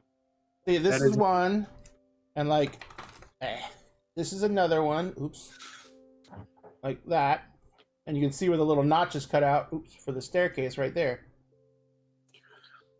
And then they clip together because they have these little things on the edge where the clips go in, and they lock. Ta-da! Can't wait until you guys see what I'm giving away for the Christmas giveaway. Ooh. So what I'm hearing is you're already going to promise it to me, knowing my luck. Oh no! Aw. The Christmas giveaway is going to be a GM screen that is. Hang on a second. The GM screen has 2 dice towers built into it. One faces the players, and one faces the GM. Ooh. The one that faced the players looks like this. It's beautiful. I need to win this. And there is want it.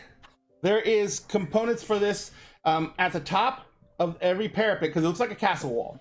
At the top of every parapet, there are holders for initiative trackers.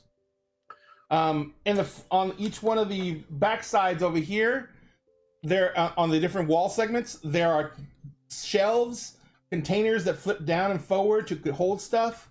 There is a pencil box. In fact, I have this one that broke.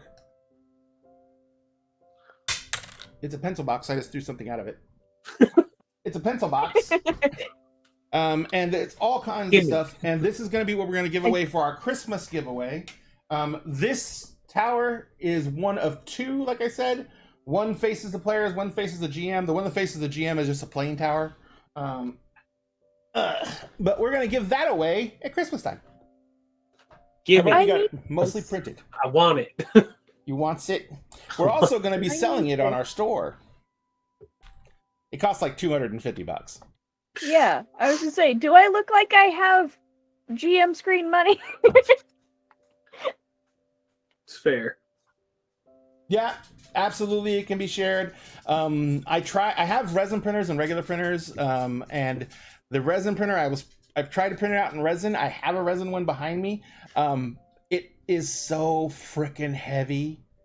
It takes longer to print it out in the PLA machines, but the resin is so heavy, it's not even funny. I could literally hit someone with one of those dice towers and probably kill them. Oh, you mean, like this dice? I don't know where my beast is, but I have a metal dice that size that I call the negotiator. So whenever 2 people on my table get into an argument, I put the negotiator in the dice bag by itself, and I said, I'm going to start swinging this, and whoever stays conscious wins the argument. Jesus, Ray. Wow. Is that bad? Too much, Ray. Too much. Oh. There's not many arguments at my table. You know, I'd imagine not. I would imagine there weren't. The key word is yet. No, anymore is the key words. Yeah, after the first time, no one's arguing anymore. And I wasn't convicted. Ray brains a person at the table. You're not arguing at the table anymore. But I did lose my big metal dice, so now I have to use my smaller metal dice. This one's my Norse Foundry one. North Foundry. they make good Yeah. stuff. Oh god, I keep They're a on... mutual of mine, and they Yeah. have been for a while. North Foundry's good. Did you miss When- submission time? Oh my god, did you? I'm When, so sorry. When I got back from Gen Con, I was like, I was looking at the bag, and I'm like, why does this brand sound familiar? Let me see if they're in TikTok. Oh, Oh, they follow me. Oh shit, That's they fine. follow me. All right, we've been mutuals for a while, but back into the chaos. You guys were getting ready to try and launch the plan to help you guys escape from Hera and help you get off planet, as you have just managed to survive the Battle of Serenity Valley. You managed to steal, well, not steal a ship. You managed to take a ship that Mariana, apparently Mariana's family had been planning to give her in thanks for her having taken over the shipping business and basically kept their family business going when they decided to step away. Unfortunately, Mariana came back to Hera at the when the major assault was going to be launched in Serenity Valley in order to get her parents and evacuate them out. Her parents, of course, rounded up all their neighbors knowing she was coming to get them. And Mariana brought the ship in, and they were trying to get aboard the ship when Alliance attack boats came overhead, and literally Mariana watched her family and almost all of her neighbors killed when the Alliance attack boats blew her ship away at the landing pad. Yep. They also, the wonderful, wonderful people they are, strafed Mariana, her mother, and two other people that her mother was trying to help to the ship. And Mariana was the only one who survived that. And so her entire family was killed by the Alliance in front of her. But she got a birthday present. But she did get a birthday present. You killed my horse too, damn it. I killed her horse too, yeah. I'm a horrible person. Look, the parent and family killing, that was Sprinkles. on me. R.I.P. Sprinkles. This mule is officially named Sprinkles 2. Yep. It's Sparkles, thank you. Sparkles, sorry, Sparkles. Now, granted, at this point, they may have been turned into Sprinkles, depending on how many explosions went off. That was bad. No, they got shot, not exploded. Well, so, remember, there was the carpet bombing. Yeah, it's true. That happened afterwards. You didn't see that part. It's true. I was gonna say, at least they didn't get turned into glue. Yeah, but I wouldn't put it past the Alliance. Considering the carpet bombing was technically napalm, I mean, the body could have been broken down enough to the point where they could turn it to glue. Moving on from the trauma of past episodes. And now I am imagining barbecue horse. Let's see if we can keep this ship from blowing up. What do you mean, Jack in the Box back in the 80s? I thought that was Kangaroo. Oh yeah, it was Kangaroo. That's right. What? No, that was McDonald's. There was a McDonald's. Was it McDonald's? I thought it was yeah, Jack there in the was Box. I can't remember. McDonald's in the 90s. There was one caught selling kangaroo meat. Their patties had kangaroo meat in them. That's when they started the 100% beef campaign. Was after that whole fiasco. Oh. Conan, I have run. I feel like kangaroo would campaigns. Actually be tastier. I don't know, kangaroo. I've heard kangaroo is served. It's it's very kangaroo common. jerky. They actually have ranches for it. So well, like the kangaroo is Australia's marsupial cousin to the deer, basically. That's the equivalent. I'm sorry, this is fucked up, but the first thing that popped up when you were saying that is I'm thinking of Roo from freaking Winnie the Pooh now. Oh, well, that's a stuffed animal. That wouldn't be very good to eat at all. Enough. We're not going to talk about any more Winnie the Pooh stuff because, we have to draw a line somewhere, damn it. And I'm drawing it at Winnie the Pooh. Well, you don't want to talk about the horror movie coming out? No, that's what I was going to stay away from. That fucking thing looks so fucked up. Yes, it does. Oh my god. All right, so, ladies and gentlemen, we are playing the Firefly RPG, which uses the Cortex system. Now, this game is actually out of print because it was made by Margaret Rice and Tracy Hickman. The Cortex system was designed by, oh my gosh. My brain just went out my ear. Another production company. Put it back then, Ray. Well, yeah, I know, but I'm trying to remember the name of the company, the gaming company that starts with an M, named after a game creator. Oh god, why can't I remember that? It's Friday. It's almost Gen Con. Everyone's brains are fried. Monty Cook Games. Thank you. Thank you, me, who just looked it up. I'm thanking myself. Hydrate, by the way, from Slytherin. Hydrate. Thank you. That's probably the problem. I'm probably dehydrated. Sure, we'll go with that one. Yeah. Hang on a second. I got a kick list from the call real quick. I was just like, you can kick us from the call or kill our characters at any time, technically, with a complication. Yes, I So know. you don't piss off the DM and you don't give the DM ideas. Oh, I give DMs ideas all the time. Talk to Sam. Yep. Harkonnen, I don't know if you knew it, but there is a fan-made D&D 5e setup for Star Wars already. I don't know if they're going to have everything statted out for all the different races, but you might want to give it a look. Well, no, he's talking about a species that isn't in the 5e yet. Oh, okay. That's why I was asking which one. Yeah. Oh, the Anzanti. Okay. Are those the aliens that are Suck people's force brains negative?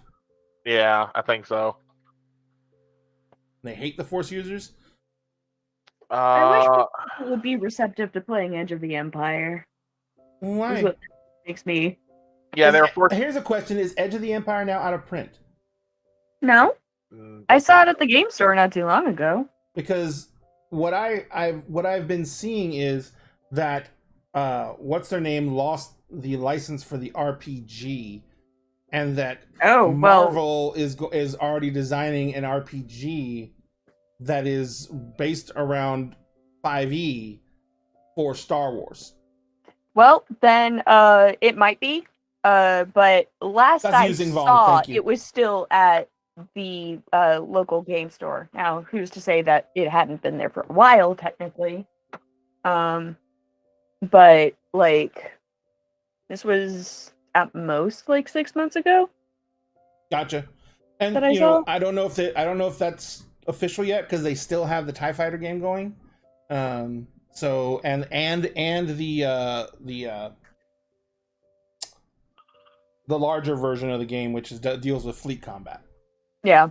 Yeah. The warships, basically. Yeah, but the force negatives you were talking about though were the Yuzon Vong. Yeah, I saw that. The Azanti were the Star Wars versions of Mind Flayers, essentially. Where they would. Oh yay! That's all. Oh no! Force like they couldn't turn you into one of them, but they would still eat your brain. Oh, that's nice. That's good. Brains taste good. They're wonderful. Because they looked human except for like these two tentacles that came out of the side of their face. That's weird. Okay, never mind. Now we're stopping because we're getting into tentacles and we're not going there. So I won't tell you about the email I got earlier from one of the TTRPG companies.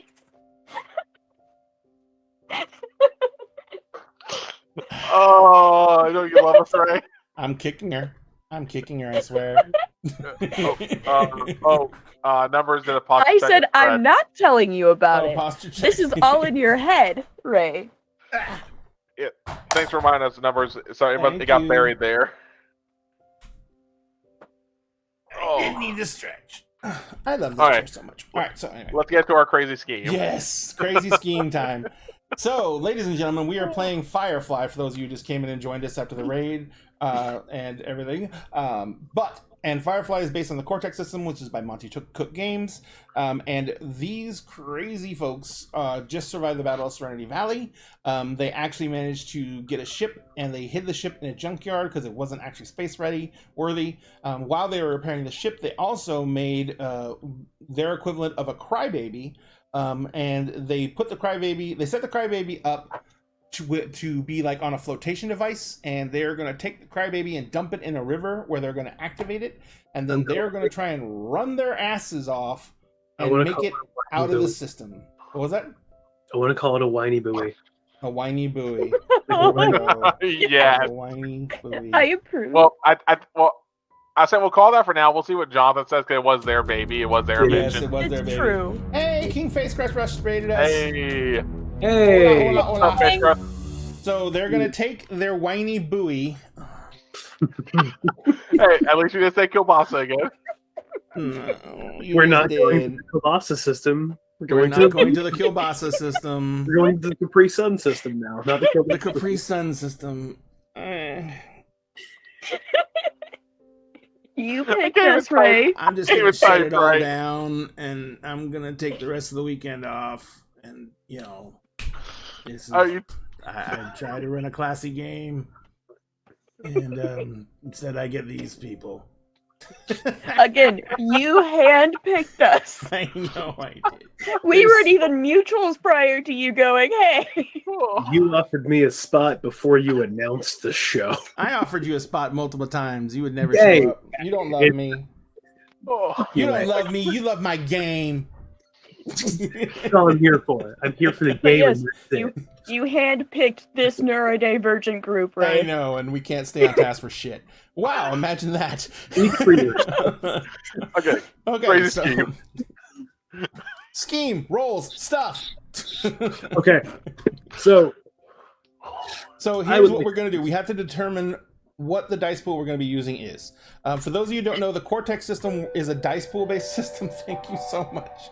Thank you so much for the follow. I don't know why. I don't know why you're following us. Don't know why. This is honestly bad decision. Honestly, a poor decision. So the dice pool system works like this. It's kind of like the old Star Wars game way back in the 90s, where it uses every single dice but the D20. Actually, no, that was a D6. That was wrong system. But it's a dice pool system to where you use every single dice but the D20. You have attributes that have dice applied to them. And then you have skills that have dice applied to them. So the basic for any check is a D4. That's the lowest dice. Then D6, D8, D10, and D12. You basically create a dice pool that is made up by an attribute and a skill, and then something called an asset, which is something from your backstory that gives you some kind that is somehow related to your situation. And then you can have what we call that's not an asset. That's a help. Distinction. Distinction. Thank you. Distinction. There you go. Yeah, a distinction. Distinctions are from your backstory, and then you can have assets, which are basically stuff like Mal's pistol, Simon Tam's medical bag, stuff like that. Those are assets, and they can add to the situation as well. So what we're doing now is Liz is acting as the pilot, because we had two people who couldn't make it this week. One's our engineer for the ship, and the other one's our primary pilot for the ship. I was going to ask, the engineer would be rolling operate to keep everything functioning, right? The engineer would be doing something if there's something comes up involving the engines. Like if there was any type of damage from stress, or that you guys have to get shot at, stuff like that. So what I'm going to do is I'm going to set the difficulty, because instead of being a target number system, a hard target number dice pool system, where there's just target numbers given by how difficult the situation is, the GM creates a dice pool first. And that dice pool is made up of dice based on the difficulty of the situation. And I'm going to actually do this out loud so people can follow along. So because this is an alliance blockade, it would normally be a 1d12. But because the Browncoats have already been trying to break the blockade and run the blockade, and the blockade has been stretched out a little bit, I'm going to lower that down to a 1d10 on the difficulty for that. Because this ship is unregistered, it is automatically going to be flagging lots of problems, because if it gets picked up on anything, this ship has no registration, has no ping ID, so it will automatically be suspect. And I'm going to, so that's another 1d10 because of that extra caveat. And now the last thing I'm going to throw on is going to be a distinction of this is going to be something for the ship. And that's because the ship that they found is very, very common. It is a common cargo ship. So I'm going to lower this difficulty down to a 1d6, because it is going to, with all the other ships, this is a Komodo class ship, which is a very common freighter. So it's going to be less suspect because of that. So now what I'm doing is I'm rolling a 1d10, a 1d10, and a 1d6. I get to add two of those together, and I get to come up with a target number for their roll. There goes the roll. I rolled a 7, a 2, and a 5. So that means I'm going to add the 7 and the 5 together. I get a 12. So the difficulty for the roll is a 12. Now I can do something else. We have things called plot points. The GM has plot points. The players have plot points. I can take a plot point and I can choose to buy another dice, because you're only allowed to keep 2 dice down together. So I can buy that 2 with a plot point and add that to my total, so that makes it a 14. So it went from a 13 to a 14. So that is now what I'm going to do. So the TN for this roll is a 14. Now Lissa has to make a dice pool herself. It is going to be her physical trait. It's going to be physical, because you're going to be piloting. Mm-hmm. It's going to be your pilot, and you're going to get your specialty for freighter. So that's going to be your pilot's a D8, right? Yeah. And your specialty is another D6. I shit you not. I just went ahead and rolled 3d8. Mm-hmm. And every single one of the 3 landed on a fucking 8. That will never happen to me again. Did you accidentally drop them or something? No. I was rolling because I thought I had enough of the dice already. That's writing sound. Oh, no, Because you have a D8, a D8, and a D6, right? What's your finger? Or what was it? What was the third D8 for? Finger. How is your finger? Oh. I Look at that bad. miscalculated on how many D8 I needed is why. No. But every Okay. single one. So it doesn't matter. Okay, That gotcha. just that target number is I've already hit the target number What do you have on your distinctions? on my distinctions. Mhm. I don't think I have any distinctions that would Ship's captain. Oh, you're right. Yeah, So you one of those definitely- D8s Because could it have would been be ship's consi- captain. I was going to ask if, even with that low roll, It's not a low roll. She did great. well, No, what I mean, I got no, I understand what I'm saying. With the low target number, I was going to ask if there was something that we could provide in any way to attempt to hit it anyway to maybe up the stakes Thank you for the to, bits. to try and make this something to where we have more benefit than not. To add a die to the roll for Lissa to leave the Essentially- atmosphere. Essentially, try to give her a plot point essentially to use on that. That's what I was going to do too. If, how many dice did you actually roll, Alyssa? she's rolled in 3 total. so far. well, but I rolled she the can- D6 as well at the Okay. same time. Okay, what So- was D6? D6 is a 4. Okay, so you right now you have a 16. The target number is a Mhm. 14. Now, if you want to raise the stakes, all you have to do is spend 1 plot point to buy another D8, and you've beaten it by 5. Now, I'll give you. well, I was gonna say, here's another thing about that. You can spend more than 1 plot point and keep more than 1 dice. So you can spend another plot point and buy the D6 with another And 4. get an even bigger big damn hero dice. Yes, because Okay, you then- automatically get a D10 for the big damn hero dice if you don't have one already. I already do. So you don't get a big damn hero dice out of this. But Okay. what would happen is if you beat it by 1, you're considered to be raising the stakes. Okay, that's when you give a complication to the GM's plot story. You know what I mean? Oh. If you increase it by another 5 points or more, you get to dictate the scene. Wait, so if you beat it I'm by doing 10, that just because I want Yeah. to dictate the scene. so if you Yep. beat it by 10, you get to dictate the scene. What if you beat it by more than that? You can beat it by as much as you want to. You can throw more complications on. So Because remember, if you set this up to 5 complications or more, you automatically take something out of the scene. So, like, if you give them 5 complications out of 1 roll, which technically would be possible if you have enough, if you build a big enough dice pool. If you beat it by 5 complications or more, you could say something like, at the exact same time you're leaving planet, a brown coat ship is trying to make a run as well, and they take out the main Alliance communications ship and black out Alliance communications for a few seconds, which allows you to make your run clear. That type of stuff. So the total is 14, right? That was your total. That's my total. You Yeah. rolled 3 8s, correct? Mm-hmm. Yeah.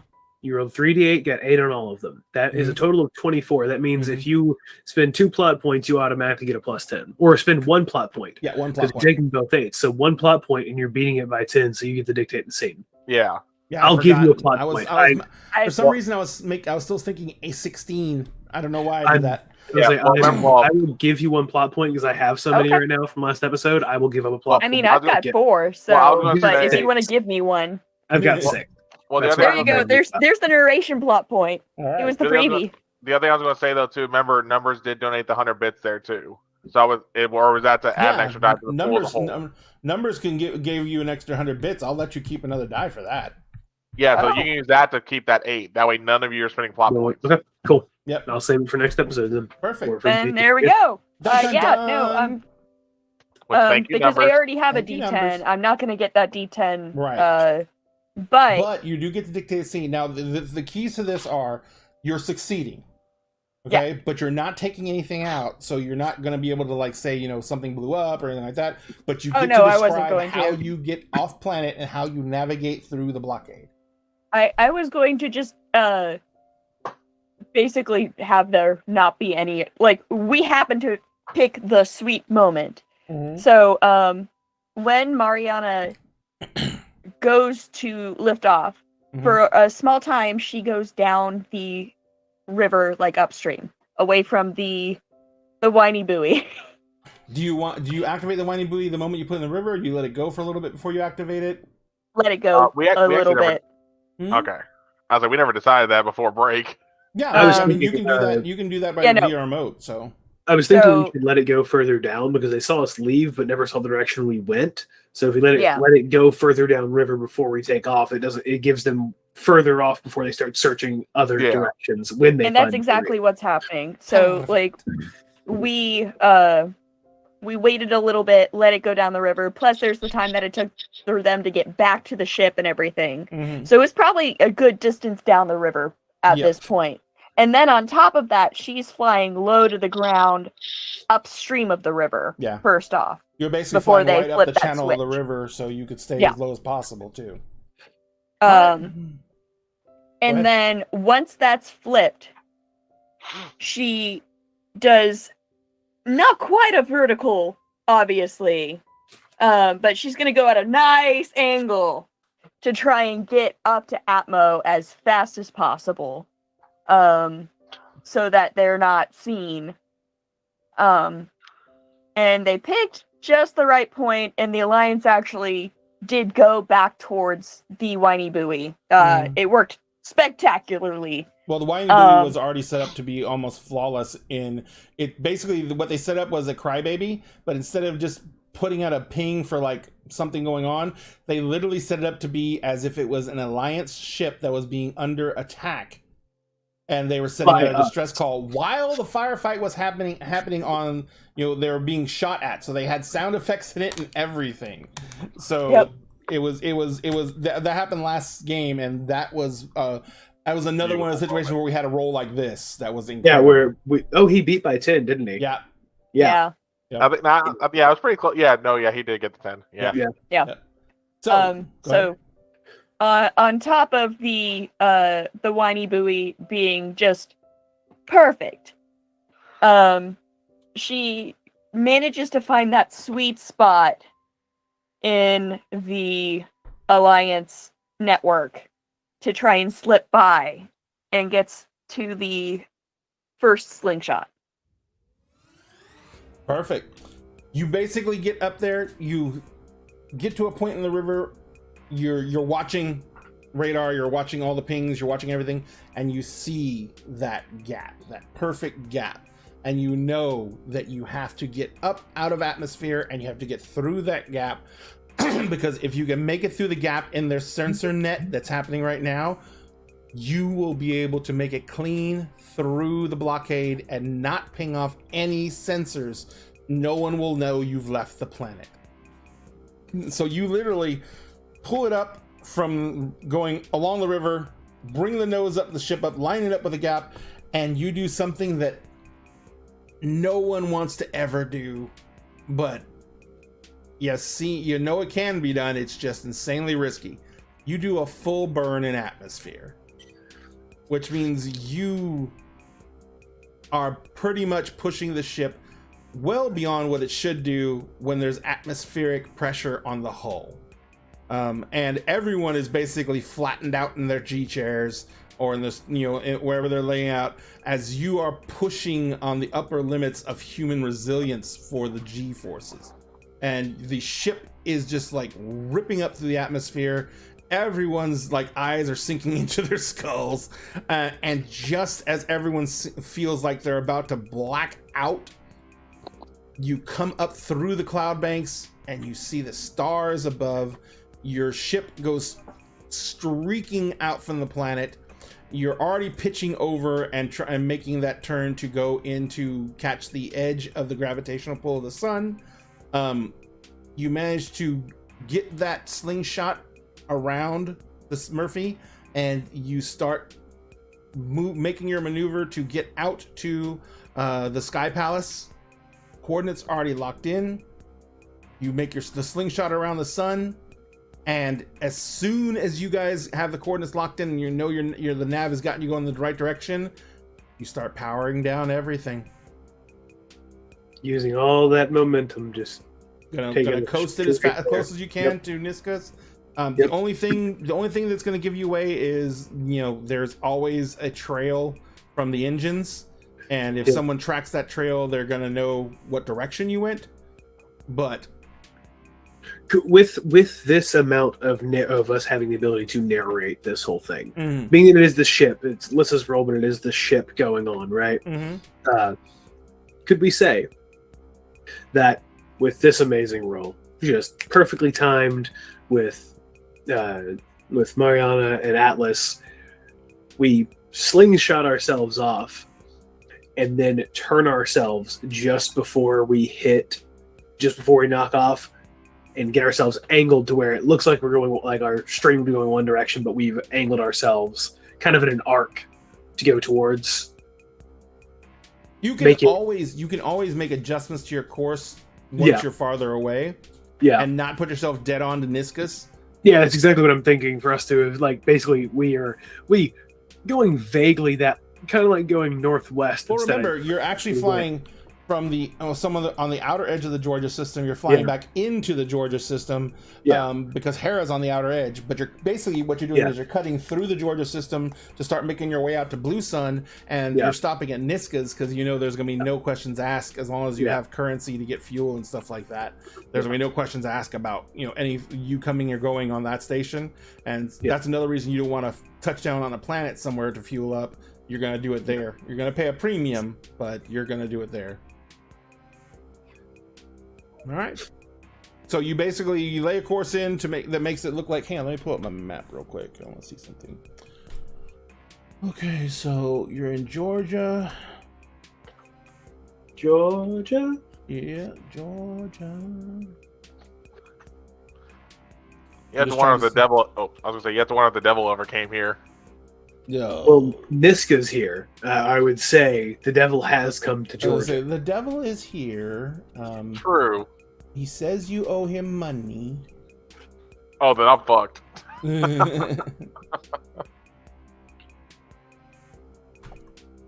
Oh. Okay, so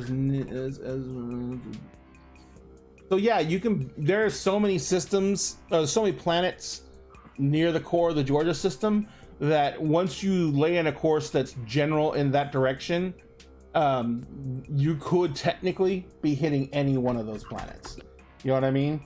So if anyone is trying to track you via your trail from your engine burn, they're gonna have to guess between 1, 2, 3, 4, 5, 6 different planets you could have gone to. So we could easily have angled ourselves towards one planet and then kind of veered off. Hell, using the gravity of another planet just to zip ourselves directly to Niska. Yeah, any one of those maneuvers could be easily done. Yeah, we'll see. That's what we did easily. So it's going to be about, let's see, from there to there, it's going to be about 2 days till you have to make your course correction. Yeah, and then from there it's going to be probably about a week, give or take. No, about another 2 days. It's because you're inside Georgia system, and but you're going from the outer edge of Murphy, which is outer edge of Georgia system. So it's gonna be about a week until you have to make your change your course, and you're gonna wait till the last minute to do that. Yeah, we're And going to get as then- close as possible. Yeah, then and then you're gonna yeah. slingshot around. Can't remember the name of the planet, but I'll look it up later. You're gonna slingshot around one of the other planets in the Georgia system, and then you're going to. That's what you're gonna use to get to Ezra, which To is just the coast Ezra. yeah, and which is the planet that Miska's station orbits. Yeah. And so that's pretty much the plan going To forward. fill you in, Lissa, the idea is that since we can narrate exactly what happened because of your fantastic role, we are going to be launching ourselves as if we're going to one planet, Okay.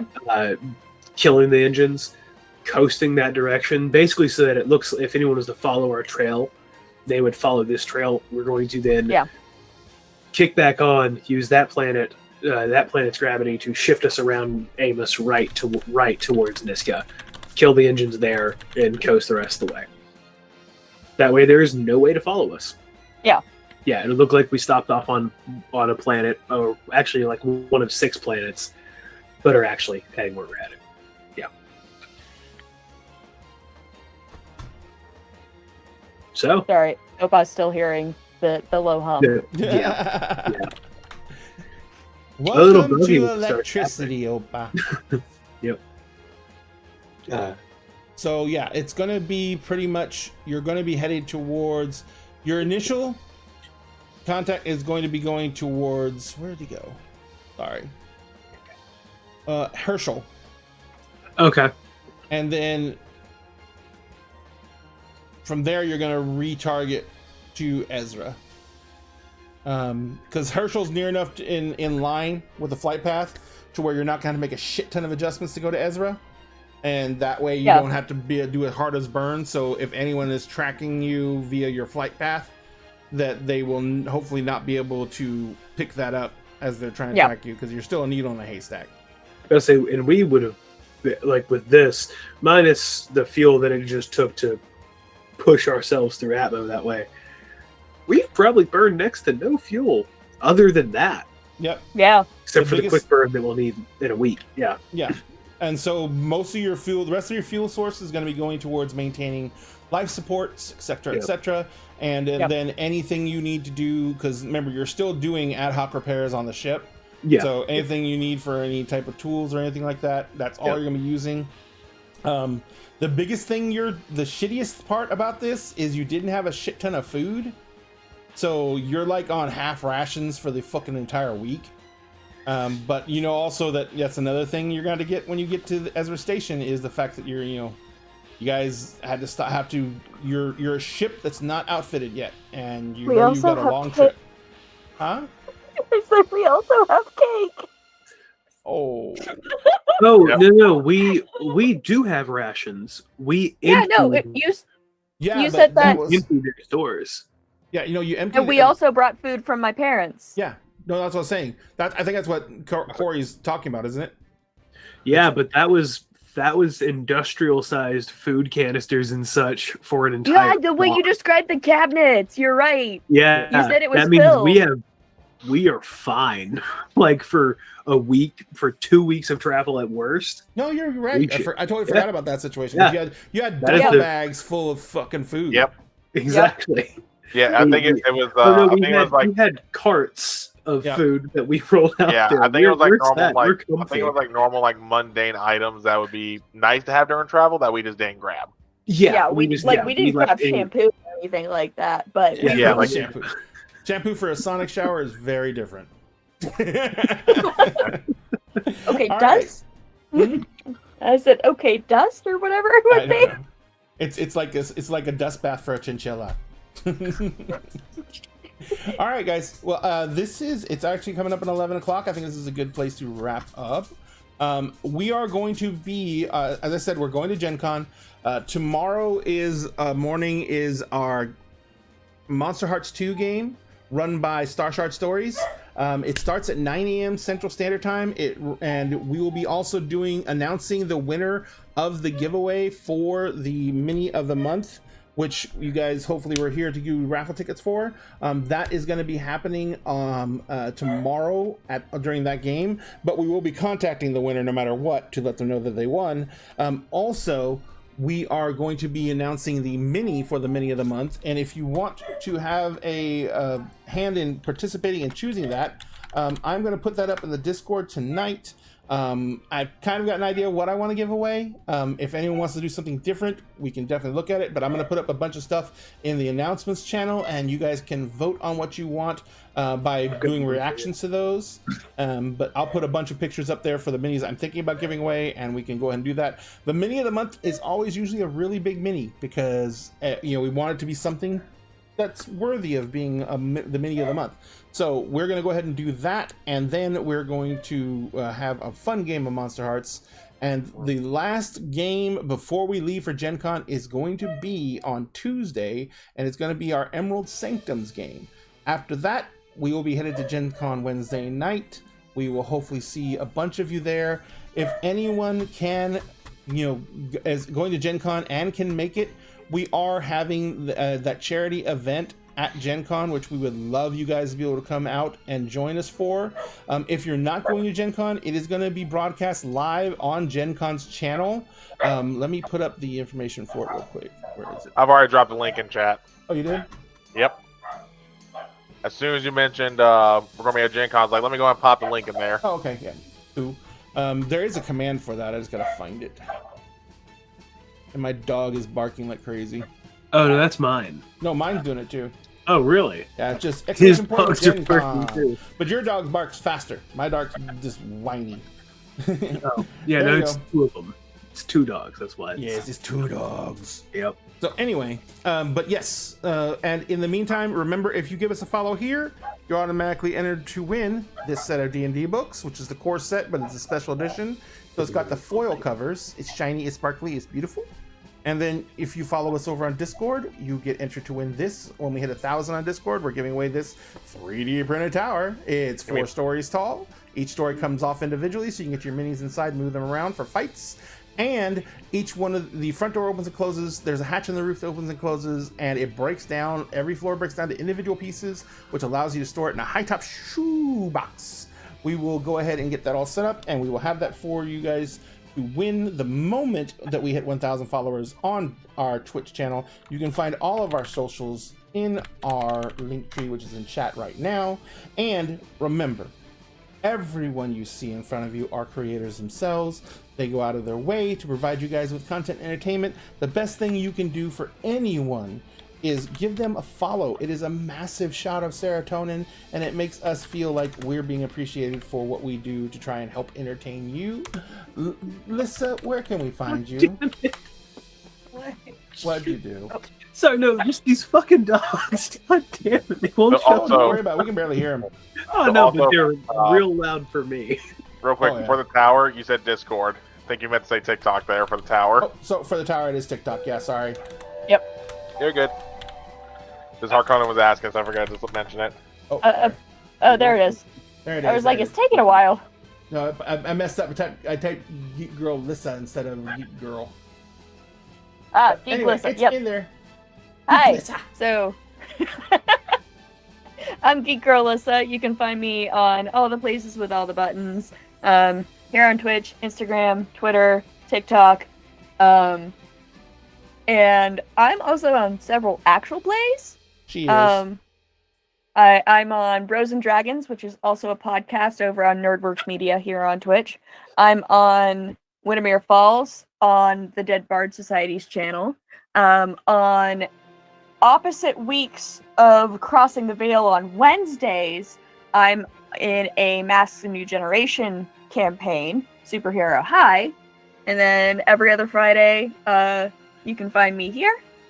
But when I'm not doing that, you can find me a lot of the times behind the scenes for a show called Starfleet Tactical over on the Aries Studios YouTube channel. I'm also on a show called Two Geek Girls over there when Crystal and I can line our schedules up, because much like TTRPG scheduling conflicts, They're the biggest and- CR monster in the world. they really are. Like a TR100. And then when I'm not streaming there, I am over on my Twitch channel, and I'm also my grandpa's caretaker. So if you see me running around during our streams, that is exactly what is happening. I am being called. Dun dun dun. And since Dagbot already threw you up there, Kel, where can folks find you on the massive interwebs? So, as you know, every other Friday you can find me here on Dinner and a Game for Crossing the Veil, as we explore everyone's trauma as it comes up. Mariana already got their fair share for the time being. I think it was more than my fair share, to be fair. The next 2 arcs at least need to be free of trauma for Mariana. We need 2 arcs, at least, let's say 7 episodes of no trauma for Mariana. Well, we already got 1. Yep, we have 1 game with no real trauma. There we go. But you can also find me on Mondays for the time being with 88 Adventures, as I'm guest appearing on Gods of Orlea. We just had a very emotional moment last session, which you can definitely go check the VOD to see that. There's a lot of great RP moments there. And then other than that, you can find me on TikTok and here on Twitch under Celtic Wyvern King. Twitch, I'm going to try and stream some on Sunday before Gen Con, because I've been really, really bad about streaming because work. Work is a big thing, man. Mm-hmm. Oh, I'm not saying like, oh, work sucks because of that. I just wish I need to plan better because of it. Gotcha. Is my point. All right. Thank you very much, Kel. And finally, Corey, where can folks find you? You can find me as the Hipster Viking on Instagram, TikTok, and that's it for now. Considering some other ventures here in the near future, you can always find me here every other Friday on this show. And possibly, if conversations go well with the right people, maybe guest spotting on 1 or 2 different streams as I have time. Dun dun dun! Yep. Time, the other big me. All right, and of course, as I've said many times, you can find Dinner and a Game social media on our Linktree, which includes our TikTok, which includes our Discord channel, which includes our Facebook, where we have 14K followers. If you want to get meme happy over there, we are always posting stuff up that we reshare. We also post Geek and Gamer news over there, including... The page is 90% memes. 90% Pretty much. memes. 90% memes. It's true. And that's low balling. Huh? What percentage of this page is memes? I was going to say that 90%. Yeah, I was gonna say that 90% is low balling. But also, we still need to name the episode too, by the way. Oh yes, I was gonna say, and we still need to name this episode. So, what do you guys think? Whiny Buoy. Whiny Buoy. Whiny Buoy. Whiny Buoy. You know what? Yeah. No.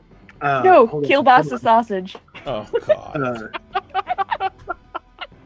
Kielbasa and Capri Sun. If I didn't have to move all the cameras list, you'd so be gone. Wait, what'd you say? Kielbasas and Capri Sun? Look, you were the first one who said it. Corey was the first one who said it. I'm fine with Kielbasa. I'm fine with Kielbasa. You said Kabil. Kielbasas and Capri Sun. That's the name of the episode. Kielbasa and Capri Sun? I'm actually okay with that. We cut to a post-credit scene of the episode as we're just floating, and that was something that was in there. Little packaged, nondescript fruit drink pouches, and I'm just cooking up sausages as we float through space. That's just what's happening. That's the end of the episode. Most packaged drinks would be in pouches for space. It's true. Mm-hmm. It is true. Y'all ever heard of Capri Sun's? Last line of the episode. Ladies and gentlemen, no TTRPG game survives contact with the players. That's all there is to it. Look, So the name of this episode is Kielbasa and Capri Sun. Yep. I hate you all. We're gonna love go and raid someone else and dump this chaos on them and allow them to deal with it, because I'm done. Ladies and gentlemen, we were down two tonight. We had to fill time with yeah, something. we were down 2 tonight. So anyone got any choices for who to raid? I'd say Figment Collective. God. He's got a Capri Sun. Yep. I'll just say Figment Collective's up. They're still trying to get their viewers. Yep. Figment Collective is still trying to get their numbers up, so we can go definitely give them a raid. Anyone else got anyone else? Took, I guess, is on playing D&D right now. Also, Corey, where's our Capri Sun? You're not going to share with the class? I know. I can't have most Capri Suns because they have grape juice. Not They're, fair. allergic they're to grape cool. juice? It's a Kool-Aid. It's a Kool-Aid. I'm juice. allergic to grapes, Oh, I so didn't know that's that. why. That's why I'm bringing mead and not just regular wine, because regular wine is fucking cheaper. Well, I tell you what, it is. Let's go ahead and give Figment Collector a raid. For those of you who don't know, when you're trying to get started on Twitch, one of the things you have to do is meet some metrics, which includes the number of viewers who watch you for a consecutive period of time, number of people who follow you, and the Figment Collective is a wonderful group of players. Some of them actually play on our shows, as I was, Emerald, Star Shark Stories, as I was. They both play on our channels. Mike's have been on our channel.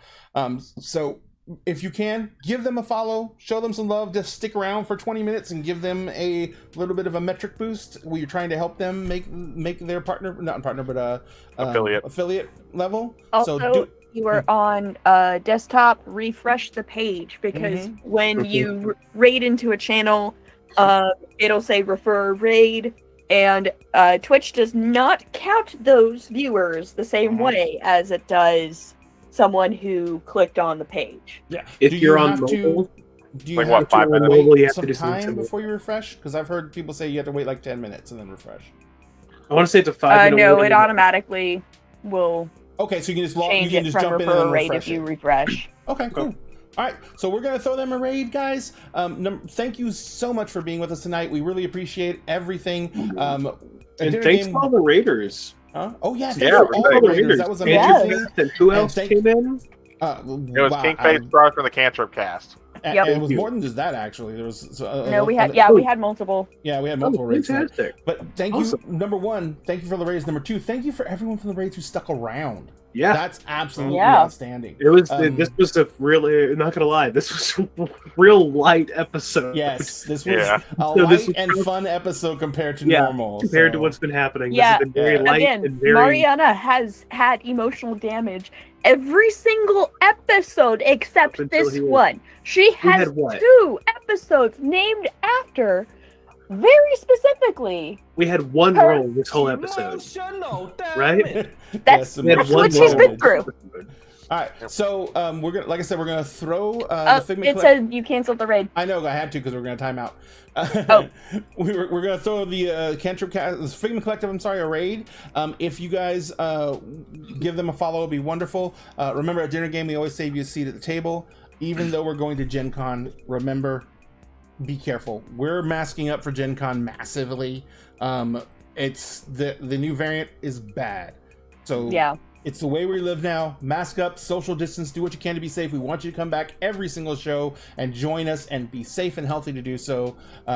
We hope you will see you next time tomorrow morning, 9 a.m. We're going to do the giveaway. We're going to play Monster Hearts 2, and we're going to be Cryptids in Love. And we will see you guys later. We love you, and have a good night.